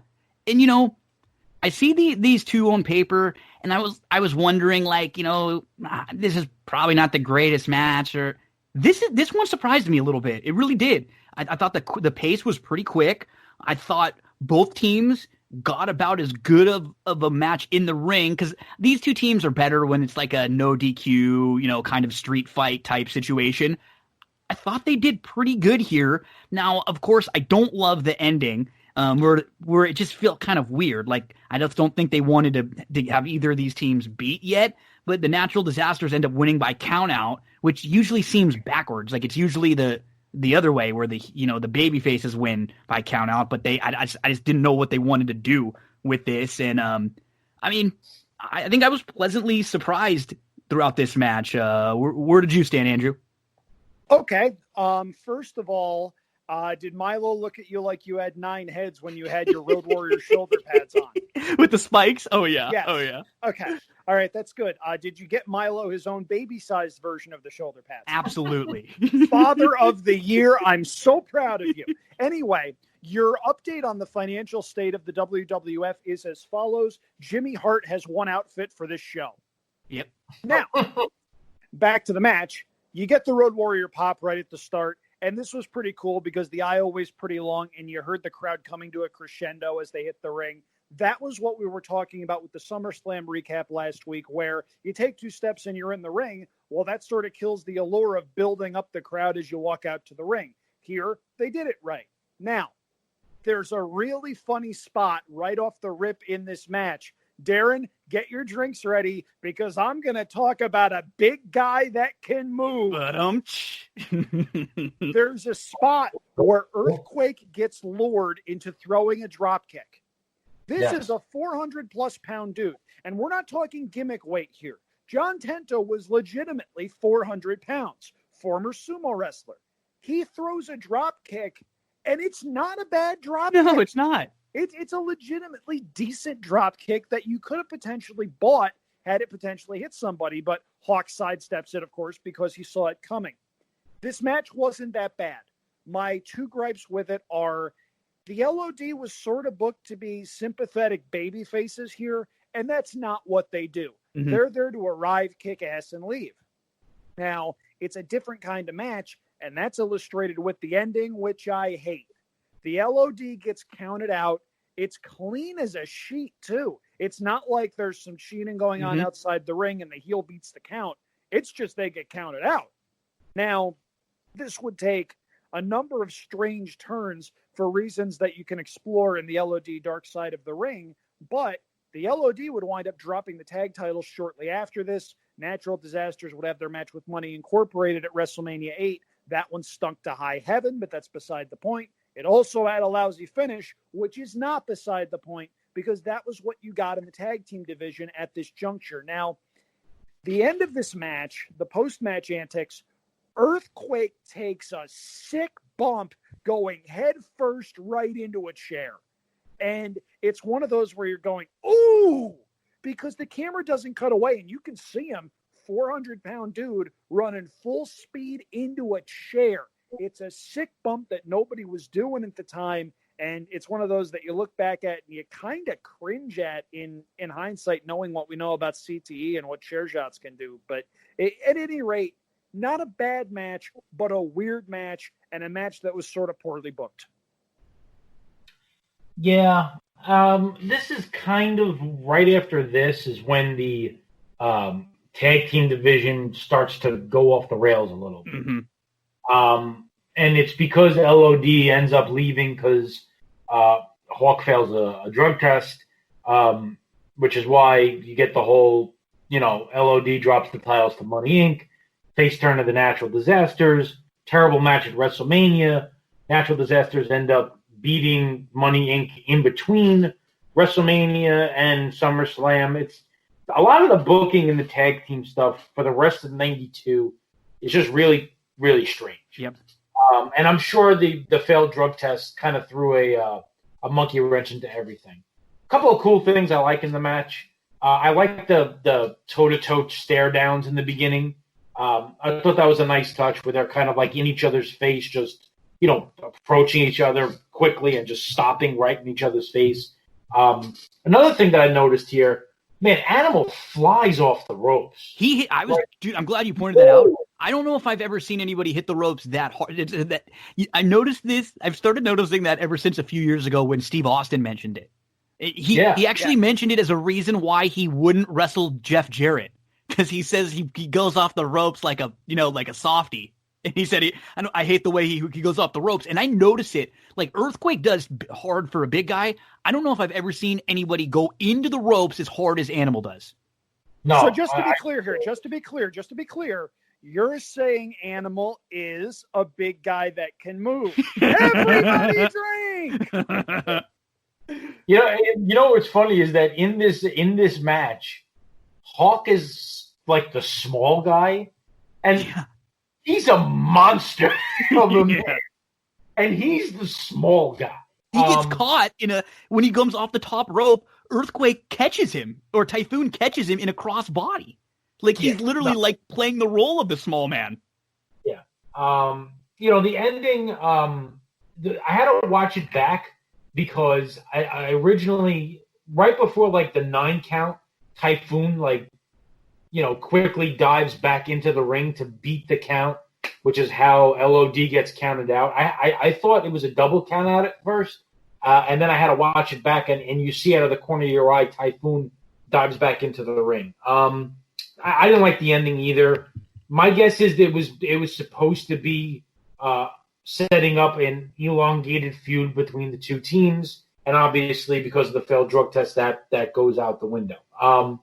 Heenan had a couple of funny lines here.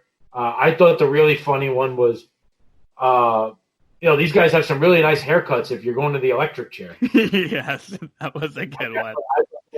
I thought that was a real funny line. He starts with the whole bit like he's got a little runner next to him trying to tell a guy to go back to the locker room to find out where Flair drew. So that starts, and Monsoon gets in on the fun there. But other than that, it's okay. But like I said, after this is when things, in the back of my mind, I know things are about to go off the rails in the tag team division, and that kind of bothers me about this match because I know what's about to happen. Yeah, there's a clean ending. would have made this match feel so much better. It would have left just a better taste in your mouth, because these guys actually did pretty good for the bulk of this match. It wasn't a bad match in any sense. It wasn't slow. It wasn't plodding. We got to see a lot of in and out, and back and forth, and big man moves, big man power, big guys that can move. There you go, Andrew. Glug. Just hate the way it ended. And then I never understood this one bit, right? Is this the first time these guys have ever wrestled to where they're so pissed off afterwards that they didn't win the titles? It's like, do you not know the rules? They didn't just make this up today. It wasn't like they just all of a sudden said, or they said in this particular match, if you win by count out, you don't win the belts. Like, this has been a thing forever. Nobody's ever won a belt by count out. So why does Jimmy Hart go get the belts? Why did they act so pissed off in the back? Like they got screwed. That bothers the hell out of me, because I was going to say at WrestleMania 10, it was the same thing when Men on a Mission, against the Quebecers, they win by a count out. And I remember being there, and they're standing there dancing with the belts, and I'm like, the hell are these guys doing with the belts? They don't win the belts. Like, I mean, it just when stuff like that happens, it drives me crazy. Also, so we get. Let's see where we're going now. Yeah, then we go backstage. Yeah, we got backstage. Jimmy's talking about his lawyer. He's been calling his lawyer a lot since '91 SummerSlam with the Mountie, right? I mean, that guy must be on speed. Yeah, he must be getting some kind of a deal now, like a package deal for all of the different things they've been working on for him. And Quake and Typhoon are pissed.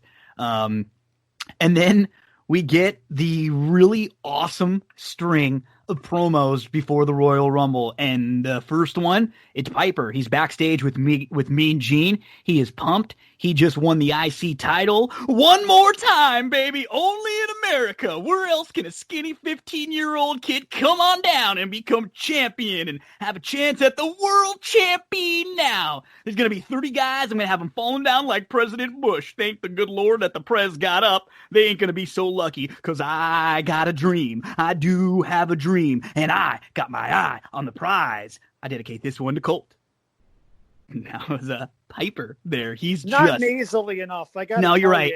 That was a step down from your previous work. Yeah, you're right. You're right. I'm just saying, it seems like you're a little out of gas because you wasted your energy earlier. I blew. I was going to say rookie mistake. I mean, this is the Ultimate Warrior running to the ring and then getting blown up before the finish. Come on. I washed out in the post parade there. But this is good. We get Sean Mooney, who's in the back. He said he's with some of the like longer shots, and he gets bumped into by the Barbarian, and then he talks with Shawn Michaels, and this is Shawn Michaels' first kind of real big singles heel promo. And they look at the footage from the barbershop where they broke up, and that is one of my favorite Bobby things too. The barbershop where he's talking about they hug. He says, "Oh, Told you. See, one of them without the other isn't any good." And then Shawn Michaels kicks him in the face, and he says, "Oh, I just knew he was going to do that." It was just like so. He don't need Jannetty, and he throws. I mean, just so good. And he escapes through the window. What an act of cowardism!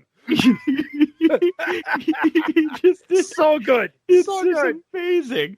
And Sean says he saved Jannetty 29 other beatings, and Sean thinks he's going to win. He says he's the hottest thing in the WWF. So a man who would win back-to-back Royal Rumbles in the 95 and 96. He's a few years away, but anytime we see the young Sean, you can see the flashes. It's just not a complete polished product quite yet.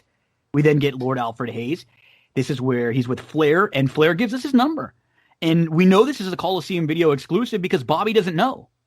Right. Bobby doesn't hear this. Bobby doesn't see it, what we see. He doesn't know what number Ric Flair is when the Royal Rumble begins. So this was something that was not on the actual broadcast. It was added afterwards onto the Coliseum videos. And Flair says he expects to be in there close to an hour, and he says he will be the WWF champ against all odds when he gets out. This isn't like one of the crazy Ric Flair promos yet. This is just pretty basic. We're going to get another Ric Flair one in a second. That's how you know this was that Coliseum exclusive. I think this next promo is my favorite one ever.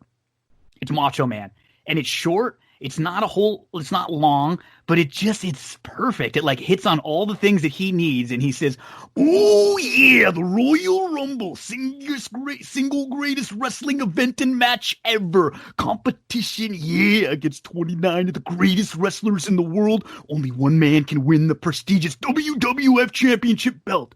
I've won it before. I've been there before. I've been to the top of the mountain. And I'm going back. Yeah, I'm going back this afternoon. 2 things I want to accomplish this afternoon. Yeah, number 1, sometimes I want to get my hand on the Snake Man. And the other thing, yeah, I want to once again be the WWF champion. Dig it. I just love this. Much better. There we go. The been to the top of the mountain line is like one of my I'd say that all the time, and I always think of Macho. I really like this era of Macho Man too, with the Jake stuff, and this was right before he gets into the Flair feud, and then the Warrior later. Any of these promos jump out or anything to mention with either one of these guys? What the hell is the Repo Man doing in this lineup? You're right. You go from Sean Piper to Sean. Now, granted, Sean, by the way, I thought it was interesting how Sean was referred to by Sean Mooney as an underdog. Mm-hmm. I know it's early. It's just kind of weird to hear that. But you got Piper, Sean, Flair, Savage, Sid, Bulldog, Jake, Flair again, Taker, and Hogan. And in the middle of all that, the Repo Man. I thought the same thing. Spot. Yeah, I mean, Bulldog references his Battle Royal win. Jake gives his, typical short, kind of calm, but, unnerving promo. I love these Taker promos back in the day where he just would lift his head as he starts talking and then drop it as he finishes talking, almost like he's a puppet, and that's all he does. The Sid promo I thought Sid was really good this time, where he would talk through those clenched teeth like he was just some kind of freaking psychopath. Yeah, I mean, it's a good run of promos, but every time the Repo Man pops up, he's just out of place, so out of place. Mine, and what's yours is mine. And I'm just like, what the hell am I watching? Yeah, it's a cool run of promos though, and yeah, I really like the Sid one, and I'll let Andrew take the perfect one later, because the one with Perfect and Flair, because I think that's a really good promo. It is a really good promo, but I'm actually going to go in a different direction of the one that stood out. Paul Bearer is just magical here. 29 bodies, 29 caskets. Okay, everyone else did impressions. No, it's good. That's the one that I got. By the way, fun fact, you know who in the WWE does the best Paul Bearer impression? It's going to shock you. Right now, like an active wrestler? Yes, like an active wrestler. There's an episode of WWE Countdown on the network that does managers, and they talk about Bearer. Everyone tries to do Bearer, and there's one guy that's currently on the roster that does a way better Bearer impression than anybody else. Is it Miz? No. That would have been like a logical guess. If it's somebody that's going to be not logical, oh man, Roman Reigns. You got it, man. Really? Oh, that's funny. That's so funny. Paul Bearer. And I got to try to find it. And if I find it, I'll tweet it out after the show goes live. It's really freaking good. All of these promos are so good. And Darren, I've actually got an answer for why the Repo Man was there. And I think it speaks to the way WWF was booked in the early to mid 90s. Everybody had something to do. Now you get a roster of, it's not 200 people anymore given coronavirus and roster cuts, but you have a roster of more than 100 people, and maybe 20 are involved in a storyline at some point. Back in the early 90s, not the case. You had some enhancement people that were working the house shows and stuff, guys like the Brooklyn Brawler and Barry Horowitz and whatnot. But everybody that could get TV time was doing something. And I actually thought it was kind of cool that they put Repo Man there, give him a little bit of shine, when they could have very easily given it to somebody like, I don't know, Boss Man or Kerry Von Erich, somebody like that. But I loved all of these promos. It's one of my favorite parts of this show. It's one of the reasons why I picked this show. And there are a bunch of WWF shows from this time period that don't do a good job of disguising that it's intermission and there's nothing going on. This is freaking perfect. And you had so many guys that were basically told, okay, you all get a minute. This is one of the biggest shows of the year. This is your shot. Don't screw up. And nobody did. Every promo here hits the mark. You mentioned Ric Flair and Mr. Perfect's promo.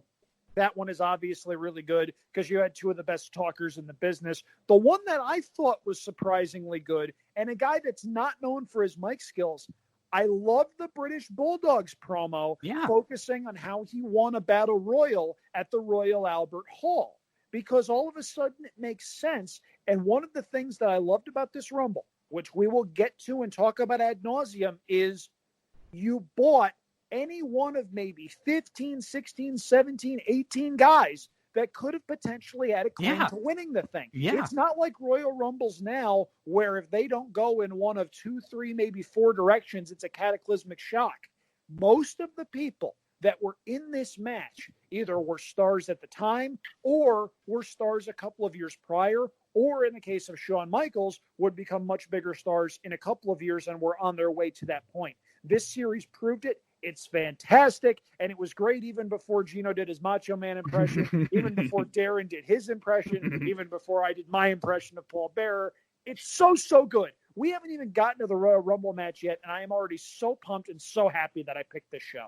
Yeah, me too. I mean, I just this run of the promos is, I remember watching these over and over as a kid.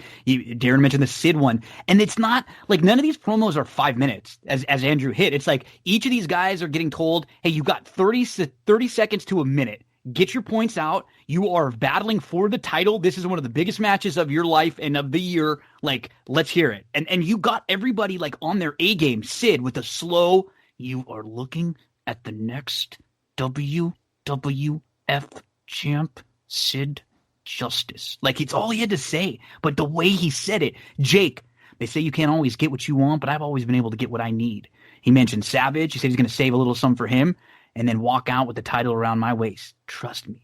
You know, and then Ric Flair, Mr. Perfect. Mirror, mirror on the wall. Today we find out who is the fairest of them all. For 4 months, I've called myself the real world's champion. So for me, there's no actor. But remember, boys, I've lived one way, and one way only. To be the man, you have to beat the man. And today, at the Royal Rumble, I am the man. I won't try to do the Paul Bearer. Andrew already did it. Awesome. I mean, that was great. All the Undertaker. I just appreciate how you built in 3 or 4 drinks to the Ric Flair voice. That was pretty darn good. Right? Yeah, you got to get the little slosh alcohol side. Yeah, for sure. And Undertaker just with that one little line where he says, standing atop this mass carnage will be the Undertaker, crowned once more WWF heavyweight champion. Also got to give a plug to the Last Ride series. If you haven't been watching that on the WWE Network, it is excellent. I mean, you see an entire different side of the Undertaker that you didn't even know was there. You get to see this man vulnerable, like his inner demons, all the thoughts running through his head. It is great. A little tangent, but had to plug that. And then we get the Hulk promo. He wants to prove the power of Hulkamania, get the WWF title back. I love that Hulk Hogan, we're always getting cheap shotted by our so-called friends. We're always getting cheap shotted by that no-good Jack Tunney. I always love that. I always would say that, like, no, always getting cheap shotted by that no-good Jack Tunney. Just made me laugh always. And what you gonna do when Hulk Hogan and all the little Hulksters rumble all over you?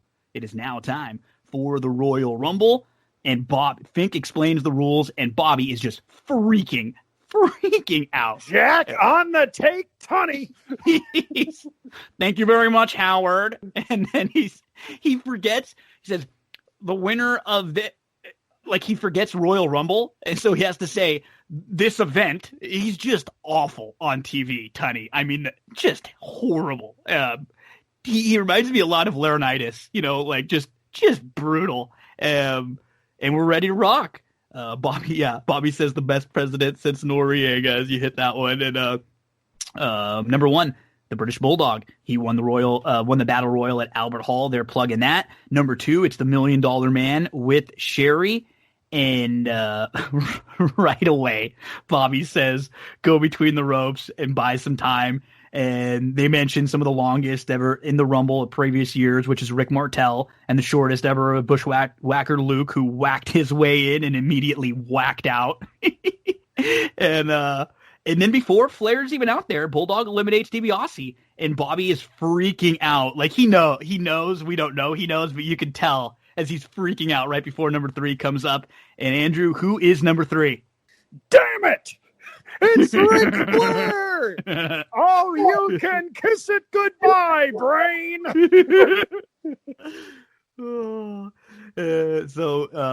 At this point, too, Darren, he mentions that nobody has ever drawn 1 through 5, which is actually kind of weird because nobody. Shut up, Monsoon! Yeah, like nobody had actually ever won from less than number 12 at this point. So it's weird that they mentioned 1 through 5 when it actually could have been even higher. But I mean, we now get the Fair to Flair and Brain Flair and one of the better like hour-long calls that we're going to get of a Rumble. Yeah. One thing I liked about it, they make Bulldog look real strong here. Mm-hmm. They're getting him set up for, a potential title run with the Intercontinental belt. He's going to have a really good 1992 until, of course, he gets busted for HGH or whatever the hell else it is. He puts a press slam on Flair. I never understood the press slam. I hated this as a kid. Oh, I hated it too, and you knew it as it was happening. Yeah. Like you throw could him over, just drop him. Just throw him over the top, But anyway, Bulldog starts off real strong. He actually has the first 3 eliminations. He eliminates DiBiase, Jerry Seggs, and Haku. And he lasts for quite some time. I think he's in there for around a half an hour or so. Yeah. Really strong start. Right away, every time, Flair's in trouble, Heenan's losing his mind. It's phenomenal. But, the start of it, once you get past Flair, you get to Seggs, you get to Haku, and then you get the Heartbreak Kid at number 6, who also gets pressed by the Bulldog. But there's a cool moment between him and Flair where it's a foreshadowing of things to come 20-some-odd years later, or 30 years later, where Shawn hits Flair with the super kick, which, of course, is the kick that ends Flair's career at WrestleMania so many years later. I thought that was a cool moment. Yeah, Flair was known for working these 60-minute matches against anyone in NWA, in WCW, whatever. WWE is a different ballgame. You don't get a whole lot of matches much longer than 10, 20 minutes, except here.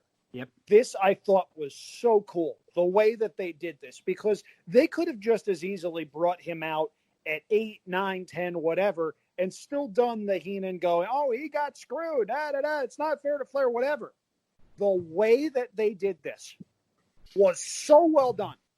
It was perfect booking on behalf of WWF. We give them a lot of crap for all the recent decisions, and this is why. Because at one point many years ago, there were very few people and companies better in the history of wrestling at making somebody than these guys. And this was so perfect. You mentioned Michaels coming out at 6, and it seemed like there was a contest for a couple of minutes on who could sell more between Flair and Michaels, and that's really cool to watch in hindsight. My favorite moment comes a couple spots later. Yep. The Barbarian comes out, and in this hushed, subdued voice, you hear Gorilla Monsoon go, Barbarian doesn't like Flair. And that cracks me up every single time I hear it. And Heenan goes nuts. Barbarian doesn't like anyone. When I managed him, he barely liked me. Why do you think they call him the Barbarian? He's not a hairdresser on his day off. So good. That was great. So Barbarian's 8. So let's see, 3 was Flair, and this is when Bray tells Gorilla to shut up, and when Flair comes out, Brain finally just says, "I don't think I can be objective," which is, it's like, really, you're not gonna, you don't think so? So what you've been doing before was considered objective. Okay, okay. Number 4 is Nasty Boy Sags. He gets eliminated pretty quickly. And Bobby says, "Oh, just let Sags do all the work." And then we get the first, "This isn't fair to Flair," when it was just Davey Boy and Flair again. Number 5, Haku. He goes right after Bulldog. They double team Bulldog. Brain tells Flair to back off. And then when Haku turns on Flair, Flair ducks out of the ring. We get another "This isn't fair to Flair."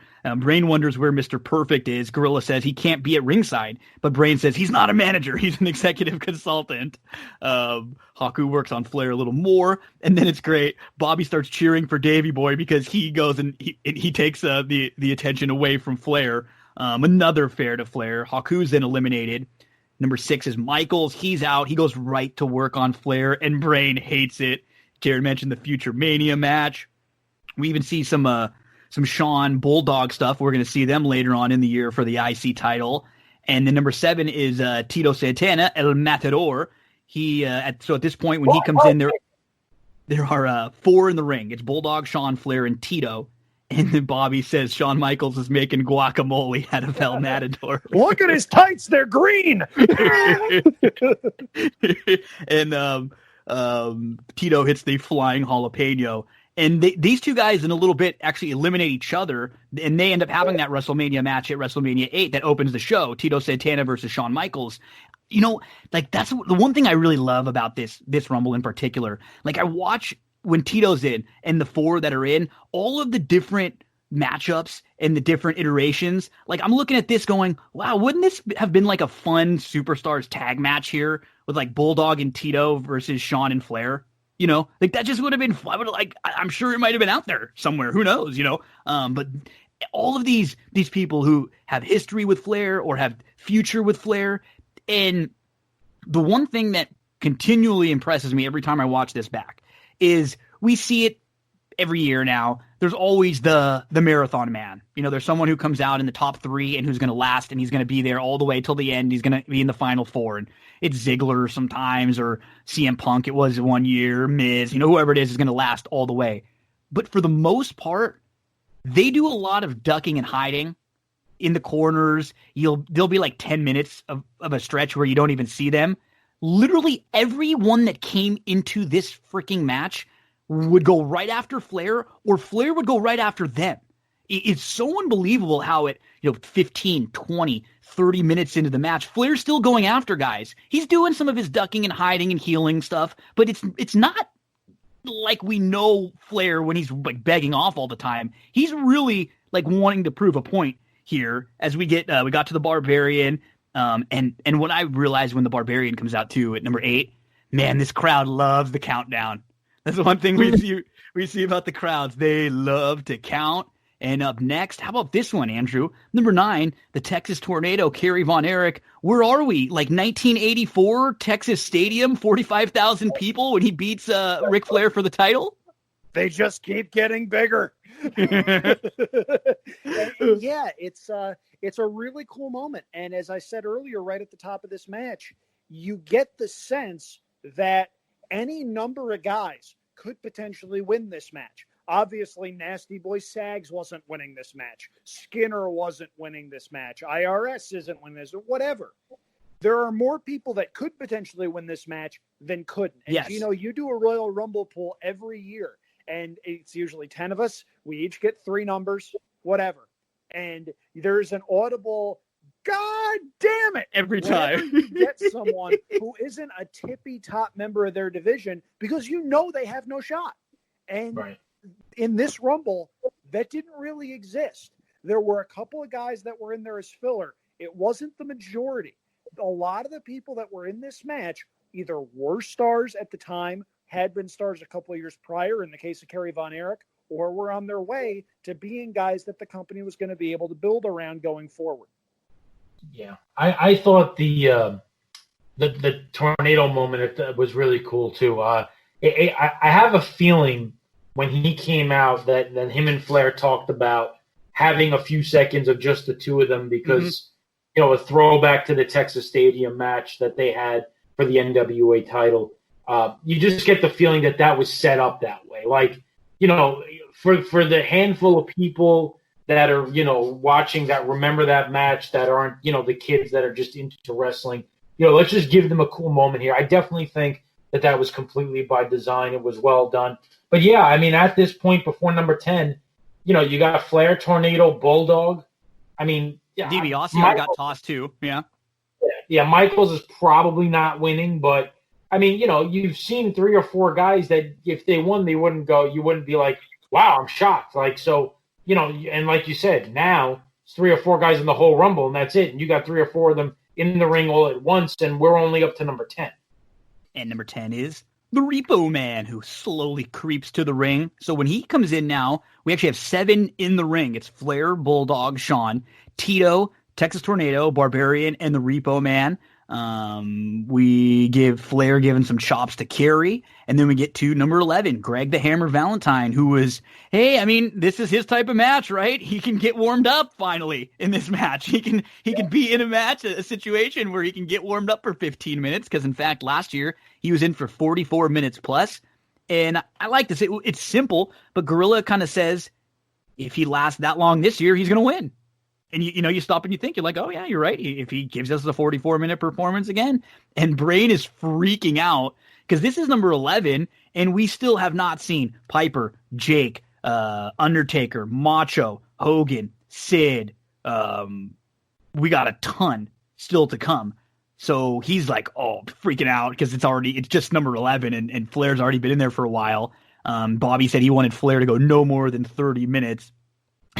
Just how many times could you imagine? Like, I think about it in this sense, if it's Joe Buck and Troy Aikman, and Troy Aikman's just telling Joe Buck to shut up, or just like in a different sport. I mean, I'd watch. The commentator, be entertaining. It's so funny thinking about it in that sense, where he just shut up, Gorilla. He just says over and over, or somebody telling John Madden or Pat Summerall or whoever, So Nikolai Volkov is number 12, and Gorilla says things are pretty rough over there for those Russians. And Bobby says this isn't right.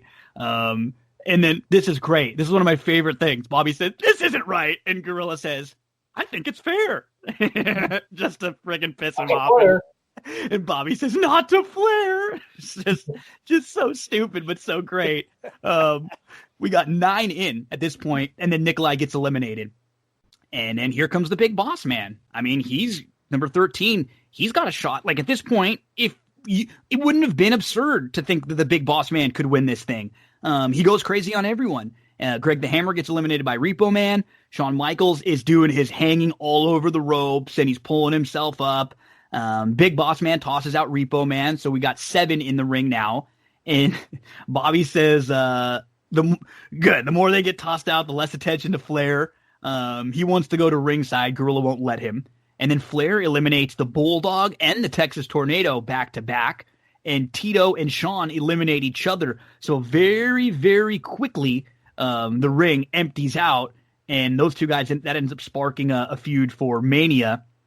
We get to number 14 for Hercules. And he goes right for Flair. And those two, Big Boss Man and Barbarian, are left. And it looks like Barbarian's about to toss Flair. But Hercules ends up throwing Barbarian out. Then Big Boss Man tosses Herc, and we're down to 2, Flair and Boss Man. Boss Man kind of rings himself up as Flair ducks, and it's just Flair in the ring for a few moments. So, I mean, we just went from having 9 in the ring to just Flair before number 15 comes out. So there's a lot going on in this, number 9 through Hercules coming out. Yeah, they get everybody in the ring, and then they clear the ring out, which means that number 15 is going to be somebody good. You could have been Hogan. It could have been Savage. That it's going to be a big name guy once they clear the ring and Flair's there left by himself. And of course, it is your new Intercontinental Champion. Go ahead, Andrew. Yeah, there are a couple of really cool spots right as the ring is emptying out. Bossman throws this really cool roundhouse kick, maybe about 10 seconds before he's dumped out. And it's something you don't expect because he's this big, portly dude, and he throws this big, huge kick. And I don't think he ever threw it before. I don't think he threw it since. But it was a really cool spot. Flair winds up dumping him. He's alone in the ring for maybe 15, 20 seconds. All of a sudden, here's the buzzer, dramatic pause, Roddy! And you hear Brain going, oh, no! Just freak. Piper hits the ring like a house of fire. And if you read Flair and Piper's books, they talk about this. And as Piper's wailing away, knowing what's going on, Piper's whispering, I love you, I love you, I love you, I love you. And you juxtapose that with what he's doing, and it's whack, whack, whack. He's not holding back. It is so good and so well done. And the crowd comes unglued once again for Piper. And you get Heenan going crazy, which is always good. Piper winds up grabbing the sleeper. And then Jake comes out. And I always laugh at this. Jake comes into the ring, and you think he's going so after great. Piper. But he goes in the corner and said, no, please. Just sits. Just for a couple seconds. It's so good. He makes so that good. hand gesture like, go ahead. Yeah, go right ahead. I mean, just the little things. And then, right before Piper comes out, Bobby going crazy like the match was over. He's won. Yeah. Flair's the world champion. And Gorilla's like, will you stop? Because we're literally halfway through. We still got 15 more to come. It was great. And then when I think of the Royal Rumble in general, there are two major pictures I have in my head. The first one is Austin and Brett. When Austin's sitting on the ring ropes and he's looking at his watch, and then the Bret Hart music comes and 97 Rumble, and Austin does the Home Alone where he kind of puts his hands on his cheeks and he's like, oh no. That one and this one. When Flair's in there by himself and Piper comes out and he does that crazy man run to the ring with his arms up like he's just got this crazy walk. I love it. Like, this to me is the Royal Rumble. When you have someone in there, and like Garrett said, you just know somebody big is about to come, and it's Piper. I mean, these two battled not only in 1991 WWF throughout a lot of the year, they had their first match together in 1973. So at this point, they had been wrestling against each other for 20 years, all throughout different territories. I mean, they battled through the 80s. Piper just goes insane all over Flair, and Flair then ducks out of the ring. I mean, Piper is hot. The crowd is loving this. We get some more of This Isn't Fair to Flair. Bobby says Flair has taken 25 backdrops at this point, which might be true. It's like everybody comes in and gives him a back body drop. He's worried because Piper, he's worried that Piper doesn't even care about winning the title. He just wants to beat Flair. And because at this point, Flair's already been in for 27 minutes. Piper with the airplane spin, he puts the sleeper on, and Flair falls to the ground. And then at 16, as Andrew mentioned, it's Jake the Snake. And right as Jake the Snake comes out, we get Bobby the Brain. Trust me. Which is just so quick-witted, man. Jake does that great little roll in and sit in the corner. And this next little moment from Heenan is awesome. So Jake goes to work on Piper, and Bobby says, thank you, Jake. Thank you, Jake. And Flair ends up high-fiving Jake. They slap hands. They look like they're going to, team up together. And then Jake immediately turns on Flair and hits him with a short clothesline. And those two have battles in Mid-South in 1985. Again, like every one of these guys that Flair's interacting with, he's got this unbelievable history with. And then Bobby says, you can't trust a snake. I've always said that. We get another not fair to Flair. And Jake's about to DDT Flair, and Piper nails Jake and saves him. And then Bobby says, I never thought I'd say this, but thank you, Roddy. It's a kilt. It's not a skirt. It's a kilt. 5 seconds later, Piper turns around and he's beating on Flair. He says, why, you no good creep, you skirt-wearing freak. It's not a kilt. It's a skirt. And then when he's done saying it, he just says, I'm soaking wet. I mean, I was rewinding so much of this, like, over back and forth, because I was just laughing through some of it, and I'd have to backtrack because I wouldn't want to miss more of the commentary. But again, like, if Jake were to win this match coming off that high profile feud with Savage, it wouldn't have seemed absurd. We've got Hacksaw at number 17, so now there's 4 in the ring. He goes right after Flair. These two guys, Mid-South 85, they know each other from there. And then at this point, Gorilla's starting to get impressed now. He tells Brain, Flair has showed me something. He showed me intestinal fortitude. He said, too bad he got number 3, though. And Bobby says they were jobbed. Not a whole lot happening here. Then IRS is number 18. He walks down to the ring, and Bobby says he's calculating how many deductions he's going to have to make, who's going to be audited, who's going to have to pay. And then 19 is Snuka. So when Snuka comes down, it is Flair, Piper, IRS, Jake, Hacksaw, and Snuka. We now have 6 in. Flair, Brain's starting to really freak out. He doesn't think that that Flair can take too much more. And he said he doesn't know if the WWF title is worth it. This might be career ending. And they still, this is 19, and they still mention the list of people to come, including Hulk Hogan and Undertaker, who got preferential numbers. And then boom, next up is the Taker. So I guess as far as like 15 through 20 up to the Undertaker. And so Andrew, now we're starting to fill up. When Undertaker comes in, there's 7. Yeah, and it's one of those things where this Rumble didn't have a lot of slow spots. There were some times, though, where it wasn't quite as high as others. This was one of them. And you had Jake come in at 16. That was about the point where it slowed down a little bit. And that's not a bad thing, because they had that period where it seemed like 7 or 8 guys got eliminated in a minute right before Piper came out. This was a chance to sort of set the stage for the second act. And they did it pretty well, I thought. The only real questionable number sequence back-to-back for people, I didn't like going straight from IRS straight to Snuka, who was one of the other few illogical winners. And given something we talked about a couple of weeks ago, seeing Snuka work now is just weird, man. Yeah, it is. Yeah, it is. It is. And, it's also weird having Duggan call for USA chants when he's in the ring with 5 people. I figured But at least he was in the USA. That's true. Time. That's he true. Was at not least in Toronto. Yeah. Technically, there is a Scotsman in there with him, so okay. But yeah, 2 USA chants through the next, through that sequence of 5 guys.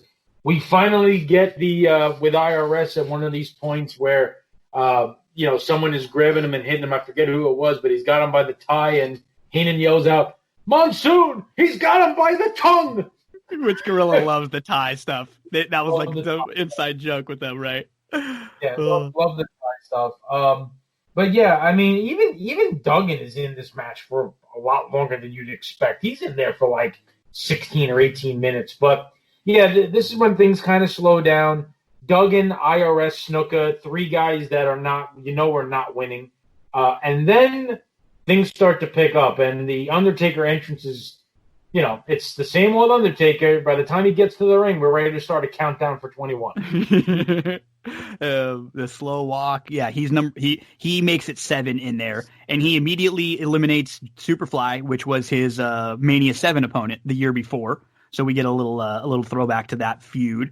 And then he goes right after Flair, to another future feud there with Undertaker and Flair, 2 of the all-time greats. And so, I mean, right now in the ring, we got Taker, Flair, Piper, Jake, Duggan, and IRS. I mean, you have like 4 that you could legitimately think of, because the more I watch this back, the more it feels like, man, Piper really, they were playing it like he had a big shot. He felt like one of the favorites after winning that IC title. Here comes number 21. And it's Macho Man. He sprints to the ring. He's looking all over for Jake. Jake had just ducked out of the ring. Macho gets to Jake. And then this was one of the things that always bothered me, though, about this Rumble. And if you've gone back and listened, the Macho Man just screwed up.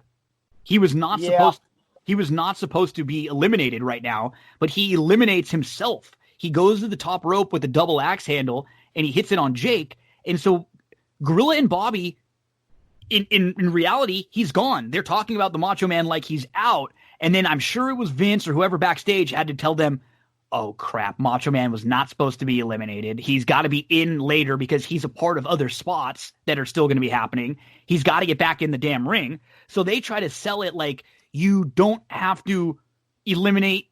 You have to be eliminated by somebody else, which we just saw the Big Boss Man get eliminated this exact same way. Exactly. Ric Flair ducked. He flew over the top rope. He didn't even touch him. So that's the one thing that I get frustrated about with this Rumble. There's not many quips that I have, but it's this one. And obviously it was Macho Man's fault, but it just, knowing what happened, knowing what we know about the rules of the Royal Rumble, this rubs me the wrong way. Mil Mascaras says hello, guys. No job. So Macho comes in flying, and after he gets, quote unquote eliminated, he's actually back in. Taker tosses him back in, and so it plays okay. Somebody's like, Taker, just throw this guy back in the ring. He's back in, and Macho battles Jake, and then Bobby says it's because Macho didn't get thrown out, he's not out. So we get Flair, Savage, Taker, Hacksaw, IRS, Piper. Those are three fun little, Flair and Savage going at it, Taker and Hacksaw going at it, IRS, Piper going at it, and then number 22 is the Berserker. And at this point, Bobby's now flipped. He's actually getting mad at Flair for still dishing out offense. He's like, stop it, Flair, just go in the corner and hide. He tells it, this is great too. He says, Flair, weasel your way out. I never thought I'd say that. And then he goes back to the Jim Neihart. He calls Flair nuts a few times. He's nuts. And then another cool moment. You get the two of Piper and the Undertaker together choking out Ric Flair, which is just a cool visual, like seeing those three guys and Piper and Undertaker double teaming Ric Flair. I love that. And at this point now, Flair has gone over 45 minutes. The next 23, it's Virgil. He goes after IRS. And Bobby says, who knows how many bags he's already gone through in the back when Virgil comes out. And then Bobby's starting to get pissed off because Hogan hasn't come out yet. Sure looks like Hogan's lucked out so far. Taker chokes Flair, almost tosses him out. And then we get the buddies, Piper and Virgil. I mean, all 91. They're buddies. Piper, helps Virgil turn on the $1 Million Man. He helps him get the $1 Million belt. He trains him, all that stuff. And these two guys are going at it. So they're really teasing the every man for themselves. And then 24, Colonel Mustafa, who, he's not going to win this, but hey, this is a future heavyweight champion. And Gorilla says by the time they get to the ring, another guy will be on his way in. And then Brain says that's a great battle plan. That's why Hussein made him a general. And then at this point, poor Gorilla, he actually calls Ric Flair Rick Martel twice. Whoops. But DZ from about, Undertaker coming in 20 through 24 or so. Anything? It gets a little slow with Berserker, Virgil. Mustafa comes in. At least at this point, Sheik was still able to get dumped over the top rope, but he would have to win his life to win it. So that was good. I did like the fact, especially when Flair went after the Undertaker, Heenan was getting mad and yelling at him, "What are you doing, Rick? Why are you going after him, Rick?" He's literally getting pissed off, what he's doing. And Monsoon is really starting to give him a lot of props for saying, he's not just laying there, he's still fighting. The lactic acid is building up. Pretty soon he's not going to be able to move, all that kind of stuff. But, you do get a bit of a run here of a couple of slow guys. Then you get Martel, who, is not winning, but he did go 53 minutes the year before, so they play up that angle. And then you start to get into the heavy meat because Hogan's not out there yet and Sid's not out there yet. And those are probably coming into it. They were probably the first and second choice of most people in terms of who was doing this thing.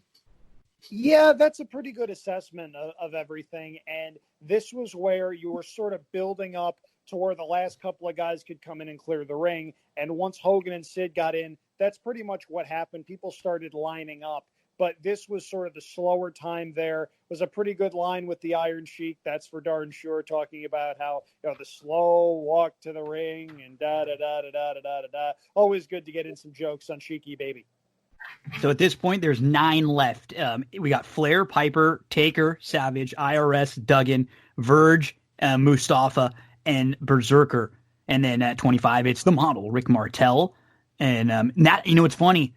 I was thinking, I wonder if Gorilla was looking at who was coming out next or if he had some kind of a list there, because it was right before Martel came out that he called Flair Martel a few times. So he may have been looking down and thinking that Martel was coming out next and said Martel a few different times when he was referring to Flair. Just a little inside baseball stuff. I always wonder, as someone who's been in broadcasting. I thought that also. I thought that he looked at a piece of paper. He saw Martel was coming out next and it just came out of his mouth. So The Brain mentions how Hogan and Sid lucked out. Martel is the record holder for the longest time lasting in a Royal Rumble. And then quickly Mustafa is gone. And then we get to 26. And as Jim Ross would say, business is about to pick up as Bobby says, oh no, another one. His 2 oh no's were for Piper and for Hogan. And Hogan goes right after Flair, but then Taker steps in. And Bobby is getting so great right now. He says, please let him win. I'm sorry for everything I've ever done, everything I've ever said. I'll never say anything bad again about anybody. As a horse player, I think we've all tried to make those deals with one some time, spiritual entity. This was Bobby Heenan doing his one time, keep my family together, one time. Yeah. He said, and Gorilla's like going at him, and Bobby just says, just let Flair win. I'll be a different person. I promise you. And then Hulk Hogan eliminates The Undertaker, and he eliminates the Berserker, and then the Berserker, and Virgil and Hacksaw go out together. Those are two buddies. They end up working on each other and going over the top rope.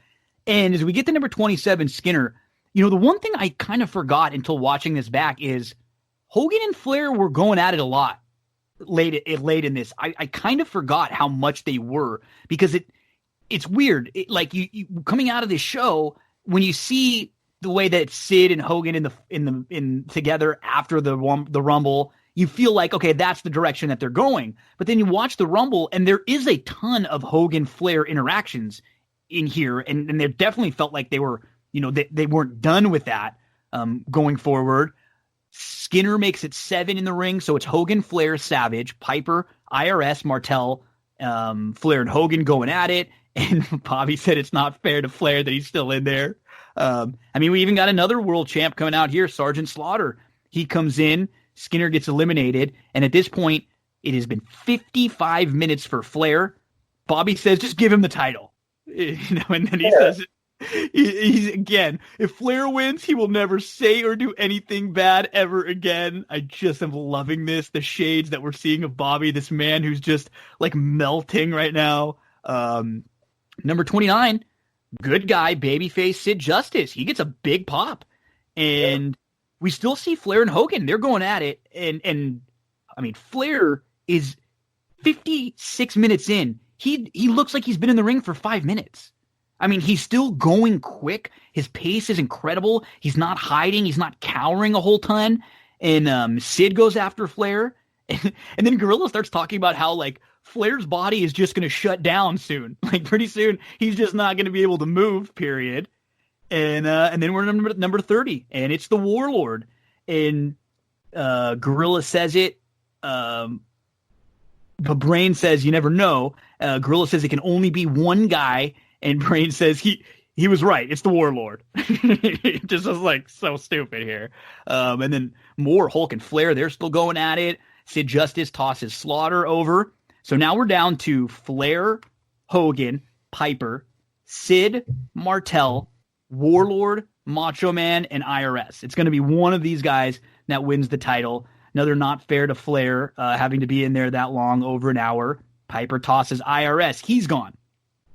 You put Hogan and Sid, they're working together. They end up tossing Warlord.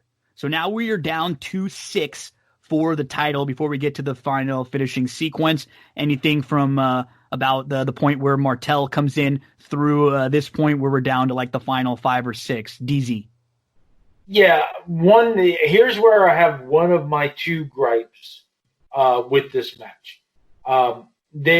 I would have had Sid come down and thrown out 3 guys right away. Sure. The way that they were giving him the push as this big monster, and look, we all know, looking back on it, that never developed. But from summer of 91 to Royal Rumble of 92, you think that Sid is the next big thing.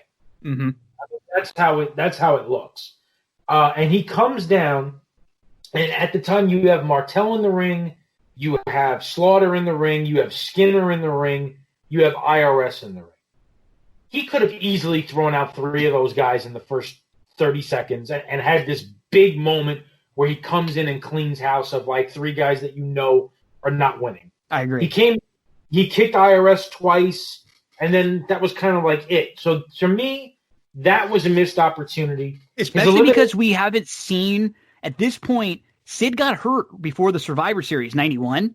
So we hadn't seen a whole lot of Sid lately. This would have been a good refresher to have him come in, lay a little waste early, and just kind of quickly, again, stamp him as this guy's one of the main contenders in this match. That's how I felt. His elimination of Slaughter was cool. Slaughter goes flying over the turnbuckle and like practically off the ring post. You hear it as he goes flying out. But yeah, from this group, that was the one takeaway I had. Darin, you're not wrong. Admittedly, as the youngest one of the group, my memory of this time is a little bit vague, especially because I'm like, oh, okay, so SummerSlam 91, he's one of the big guys on the rise, but he's out after WrestleMania 8. Oh, well, But you're right. The more you think about it, you're more, wait a minute, this guy was being positioned as the next big thing. Even though we knew how it didn't pan out, it didn't make a whole lot of sense. I get that there. My other standing, and this is more a general gripe with WWE than with the Rumble itself, was the Berserker deserved better. John Norden, I've said this in the past, if you haven't seen his latter-day AWA stuff from right before the AWA went belly up, it's a revelation. The guy is throwing leg drops. He's a legitimate 6'6", maybe 280 pounds, and he's flying around the ring. I always thought they dropped the ball with him. Obviously, he was never going to be a main event guy, and maybe his best years were behind him. But you're telling me your best use of him is him walking out going, huss, huss, huss, huss. Was that character like a counter to Brody? Might have been, but it was like what they were trying. Yeah. I mean, at the same time, Brody died years before that. Yeah, so it was sort of a wonder why they were doing that. And also, for as good as John Nord was, and for as underrated as I think he is, he wasn't Brody. No. And yeah, his gimmick was like always that he would just throw people over the top rope. That was his thing too, which was kind of funny. He won most of his matches by DQ when he would win.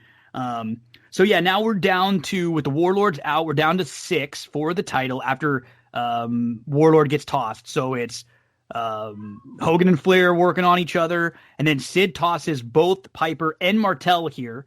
But Sid gets a push from Flair, and he ends up tossing Savage. So now we're down to 3. It's just Flair, Hogan, and Sid. And Flair and Hogan are battling it out while Sid watches. Hogan tosses Flair over the top rope. It looks like Hogan's going to have him eliminated, but Flair hooks the bottom rope, and that's when Sid comes from behind to toss Hulk Hogan. And it's funny, as a kid, I remember being mad about this and being upset. It's clean. It's completely clean. Like, you look back at this is an every man for themselves Royal Rumble. Hulk Hogan has zero gripe. Zero. I mean, the only thing that he can be upset about is that Sid didn't wait for them to maybe eliminate Flair, and then it's the two of them going one-on-one, because eventually they're going to have to go one-on-one at some point, and someone's going to have to eliminate the other one. This was one of the things that bothered me the most about Hogan, when you you see like what people are talking about when they say that Hogan was maybe jackass sometimes backstage, or like he was very for himself. He looks like such a heel here. He looks like such a dick. I mean, he gets cleanly eliminated, and then and Sid even says to Hulk, he mouths to him after he throws him over the top, "It's every man for yourself, big boy." Which is great.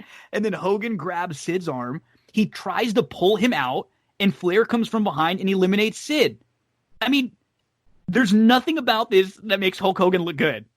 He comes out at 26. He doesn't last very long. He comes into the ring, fire, sure, but he gets eliminated. He looks like a jack. They still are somehow able to spin it and make Hulk the good guy and him the babyface in the main event of Mania 8. But, just watching it back over and over again, it's just like he did something similar when he got pissed off at like World War III when the Macho Man won in WCW in like 95 or 96. And it was like, that time Hulk actually got a little more screwed. I don't think he ever got eliminated. There was nothing shady about this. He got cleanly tossed over the top. And then when Flair wins, Bobby says, yes, 10 times. Yes, yes, yes, yes, yes, yes, yes, yes, yes, and then he does. I told you, Monsoon. I told you. And then 10 more yeses. It's hilarious because he had to have in his head been like counting down the yeses, like for him to have hit 10 both times and not like 9 and 11 or whatever. He was so damn good. He is freaking out. I told you, I knew he would do it. I told all of you humanoids, and then Brain leaves to go join Flair in the back. We'll get to that final promo in just a second. But as far as the last, 5:26 or I guess 30, and then the finish when we have about 5 in the ring. Go ahead, Andrew. Hulk Hogan's a jerk, right? And you could sort of tell that he was on his last legs with the WWF at this point because he wasn't being seen as the guy that was on top of everybody else vying for scraps anymore. He comes in, and you can see it in the promos too. He wasn't the guy. He was one of the guys. Mm-hmm. And so Sid comes up from behind and dumps him. Now, obviously, that's telegraphing a Hogan-Sid match. We got it. Nobody wanted it. We got it anyway. It was pretty bad. And then Flair comes in, and if Flair had cleanly dumped Sid, even with the distraction, I think it would have made a little bit more sense. But Hogan teaming up with Flair? I know. What am I missing here? It didn't make a whole heck of a lot of sense other than Flair being the survivor after everybody else had, done horrible things to themselves and killed their own chances. That part of the story was told brilliantly, and it's a brilliant Rumble. But there are things looking back, and you wonder, what was really going on here, especially given the main event plans for WrestleMania 8 that were so in flux and seemed to vary week by week? Yeah. And this is going back to why I was never a Hogan guy. Dude's a whiny bitch. Yeah, no. He really is. He's a whiny bitch. And it's like this with whenever anything doesn't go his way, with the hands up and the hands in the air and playing to the crowd and yelling at the ref.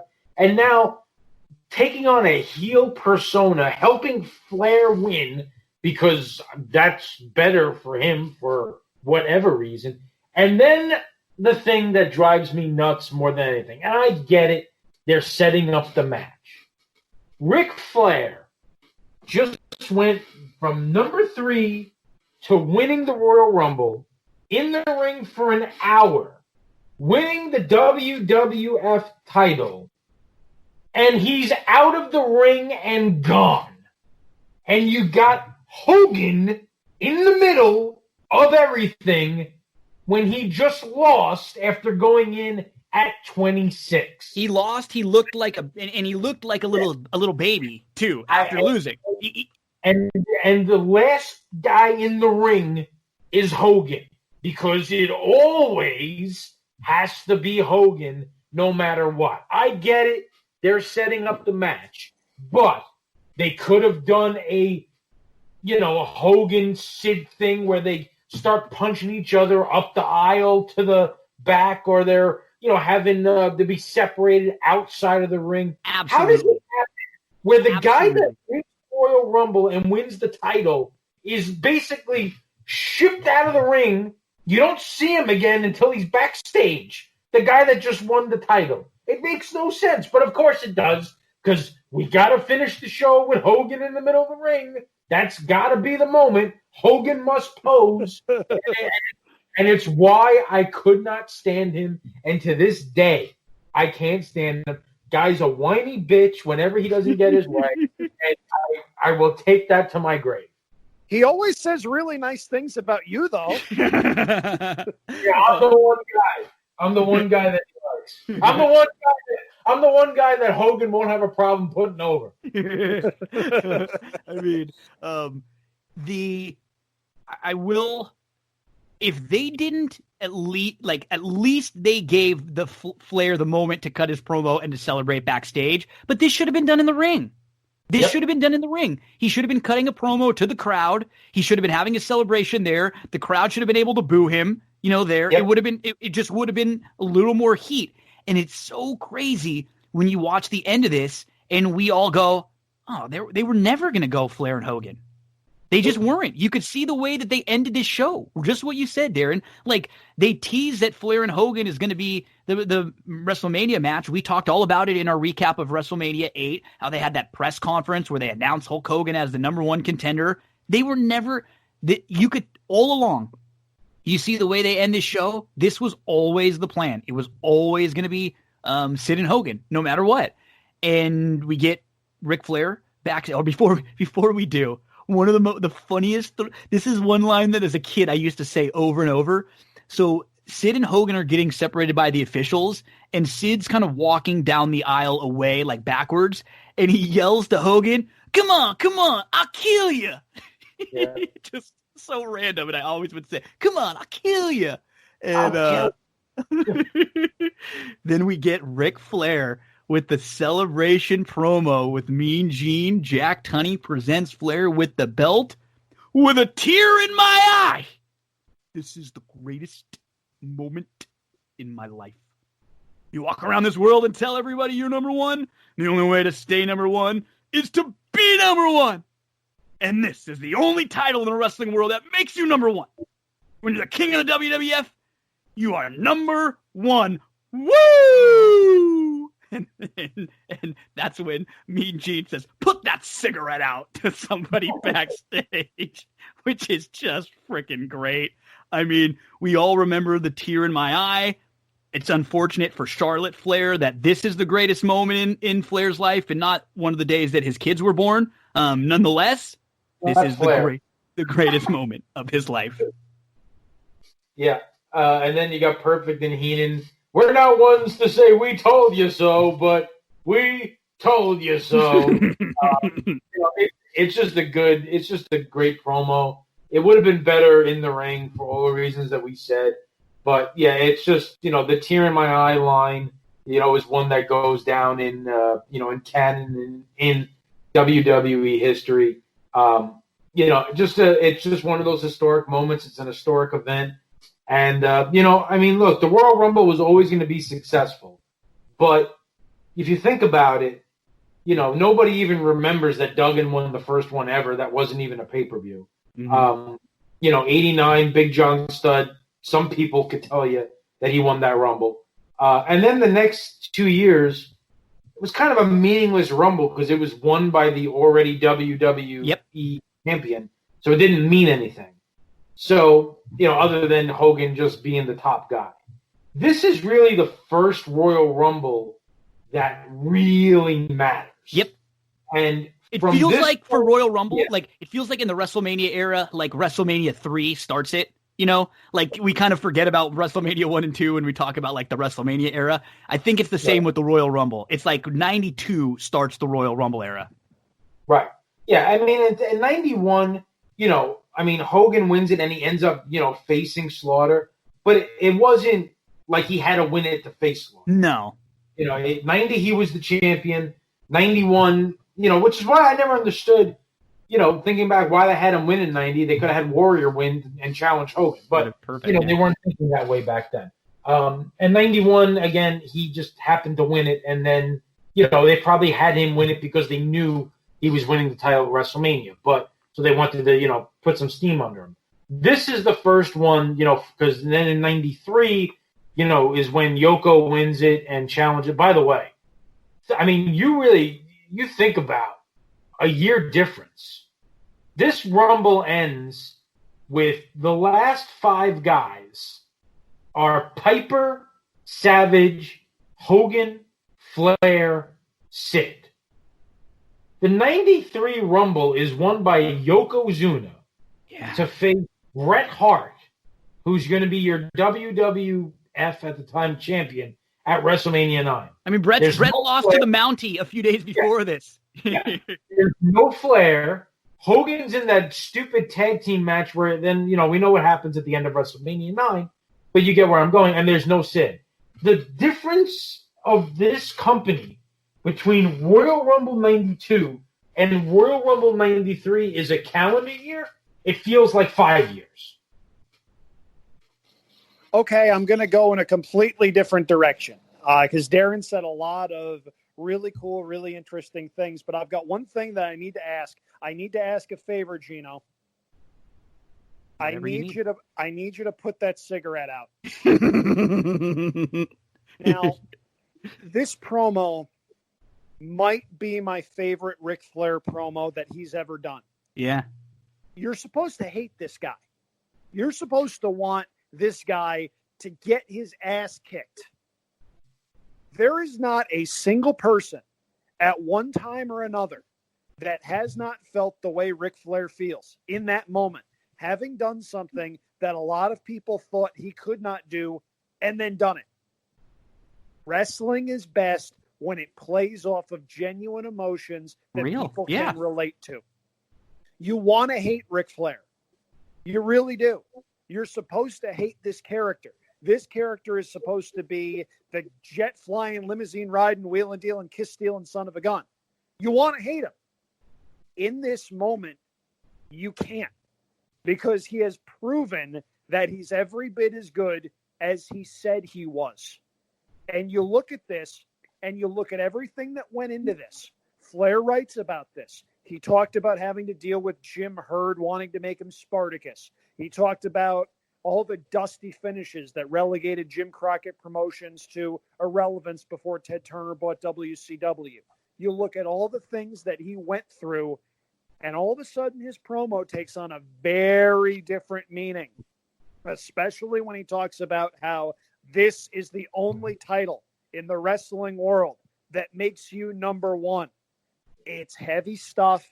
Everyone has been told by somebody that they can't do something. And everybody at some point hopefully gets a chance to prove those people wrong. That's what Flair did. Gino, you know this. I used this promo a couple of years ago for something that I wound up doing. You were tagged in it as one of the candidates to be my Mr. Perfect. This was cool. This was so good. It was so great. And at the same time, yet you didn't like Flair. You wanted to see him get his comeuppance later. But this was Flair's finest hour in WWF. There were times where that marriage seemed kind of forced. There were times where he didn't seem like a WWF guy, and there are reasons he was not there long before going back to WCW. But this was awesome. So good. So good. And one of the final things he says, Flair, when he says, the greatest moment of my life, he wants to party, but to the Hulks and the Macho Mans and the Pipers and the Sids, now it's Ric Flair, and all you pay homage to the man. I love it. I love it. I mean, all of the impressions, and we're not going to get a woo. Gino, come on. We got to. Good. This was just so much fun. And coming out of this, that's the one thing I remember thinking as a kid, like right now, it's like, okay, I want to see Flair Piper. I want to see Flair Hogan. I want to see Flair Macho Man. We had all these, 5, 6 guys. Flair Bulldog. I want to see Flair Bulldog. They were going at it in this for a while. I just wanted to see Flair go at it with everyone here. It was not only was setting up stuff for the future, like how many references that we made with Kerry Von Erich and Duggan and Jake to, NWA old stuff or Mid-South stuff. This was as good and close to perfect of a Rumble, I think, as we've had ever. And I'm so glad you picked this one, Andrew. It was just a blast. I mean, there are few shows, I think, from the start to the end that are as consistent and solid, because the really only thing that we didn't like in this show was the Bushwhackers. You take that 16 minutes out, even the LOD stuff, it's not offensive. It doesn't bother me a whole lot. I don't love the finish, but the 10 minutes getting there isn't awful. This is a good show with a sneaky good undercard and perhaps the best Royal Rumble of all time, at least as far as, magnitude and who was in this. I'm going to think what my pick is going to be for next week's show. Andrew, let's hear some of your closing thoughts, and then DZ. I mean, as I've mentioned, and as I think you can tell by the fact that we've spent a little more than 2 hours talking about a 2.5 hour show that had 5 matches on it. This was fun. and it had something for a lot of different people. That opening tag match is a hidden gem. It's really good, even with the phantom tag that did not exist at the end of the match. You get Roddy Piper winning the Intercontinental title. That's a really cool moment. If you're into hate watching with the Bushwhackers and Jameson, that could potentially be fun for a lot of different reasons. You want to see the LOD, you got the LOD, you get the Road Warrior pop, and you get a match that didn't stink before a bad ending, whatever. You get the promos. There's a lot going on here. This was, I don't want to say perfectly booked. It was darn close. Yep, I agree. I think that what we see at this point in time is a bit of a shift in how the WWE views its champions. Warrior was the last kind of like unbeatable.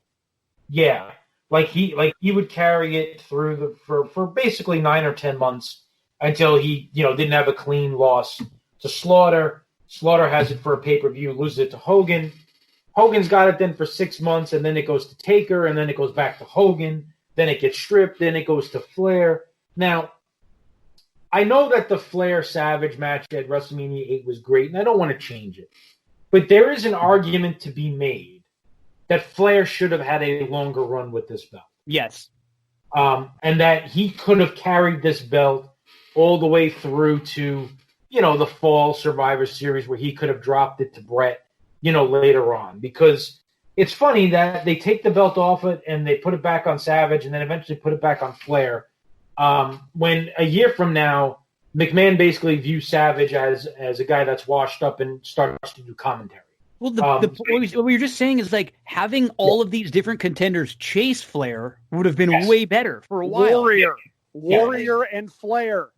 Piper, Flair, Warrior Flair, Savage Flair. There could have been, Hogan ends up leaving, but we've got, anyone chasing Flair is better than Flair chasing them. And I think Meltzer actually mentions this, and that's what ends up happening is Savage, we hate the DQs and stuff at Mania, but I don't think it was the right time for Savage to win that belt in their first big match, which was at Mania.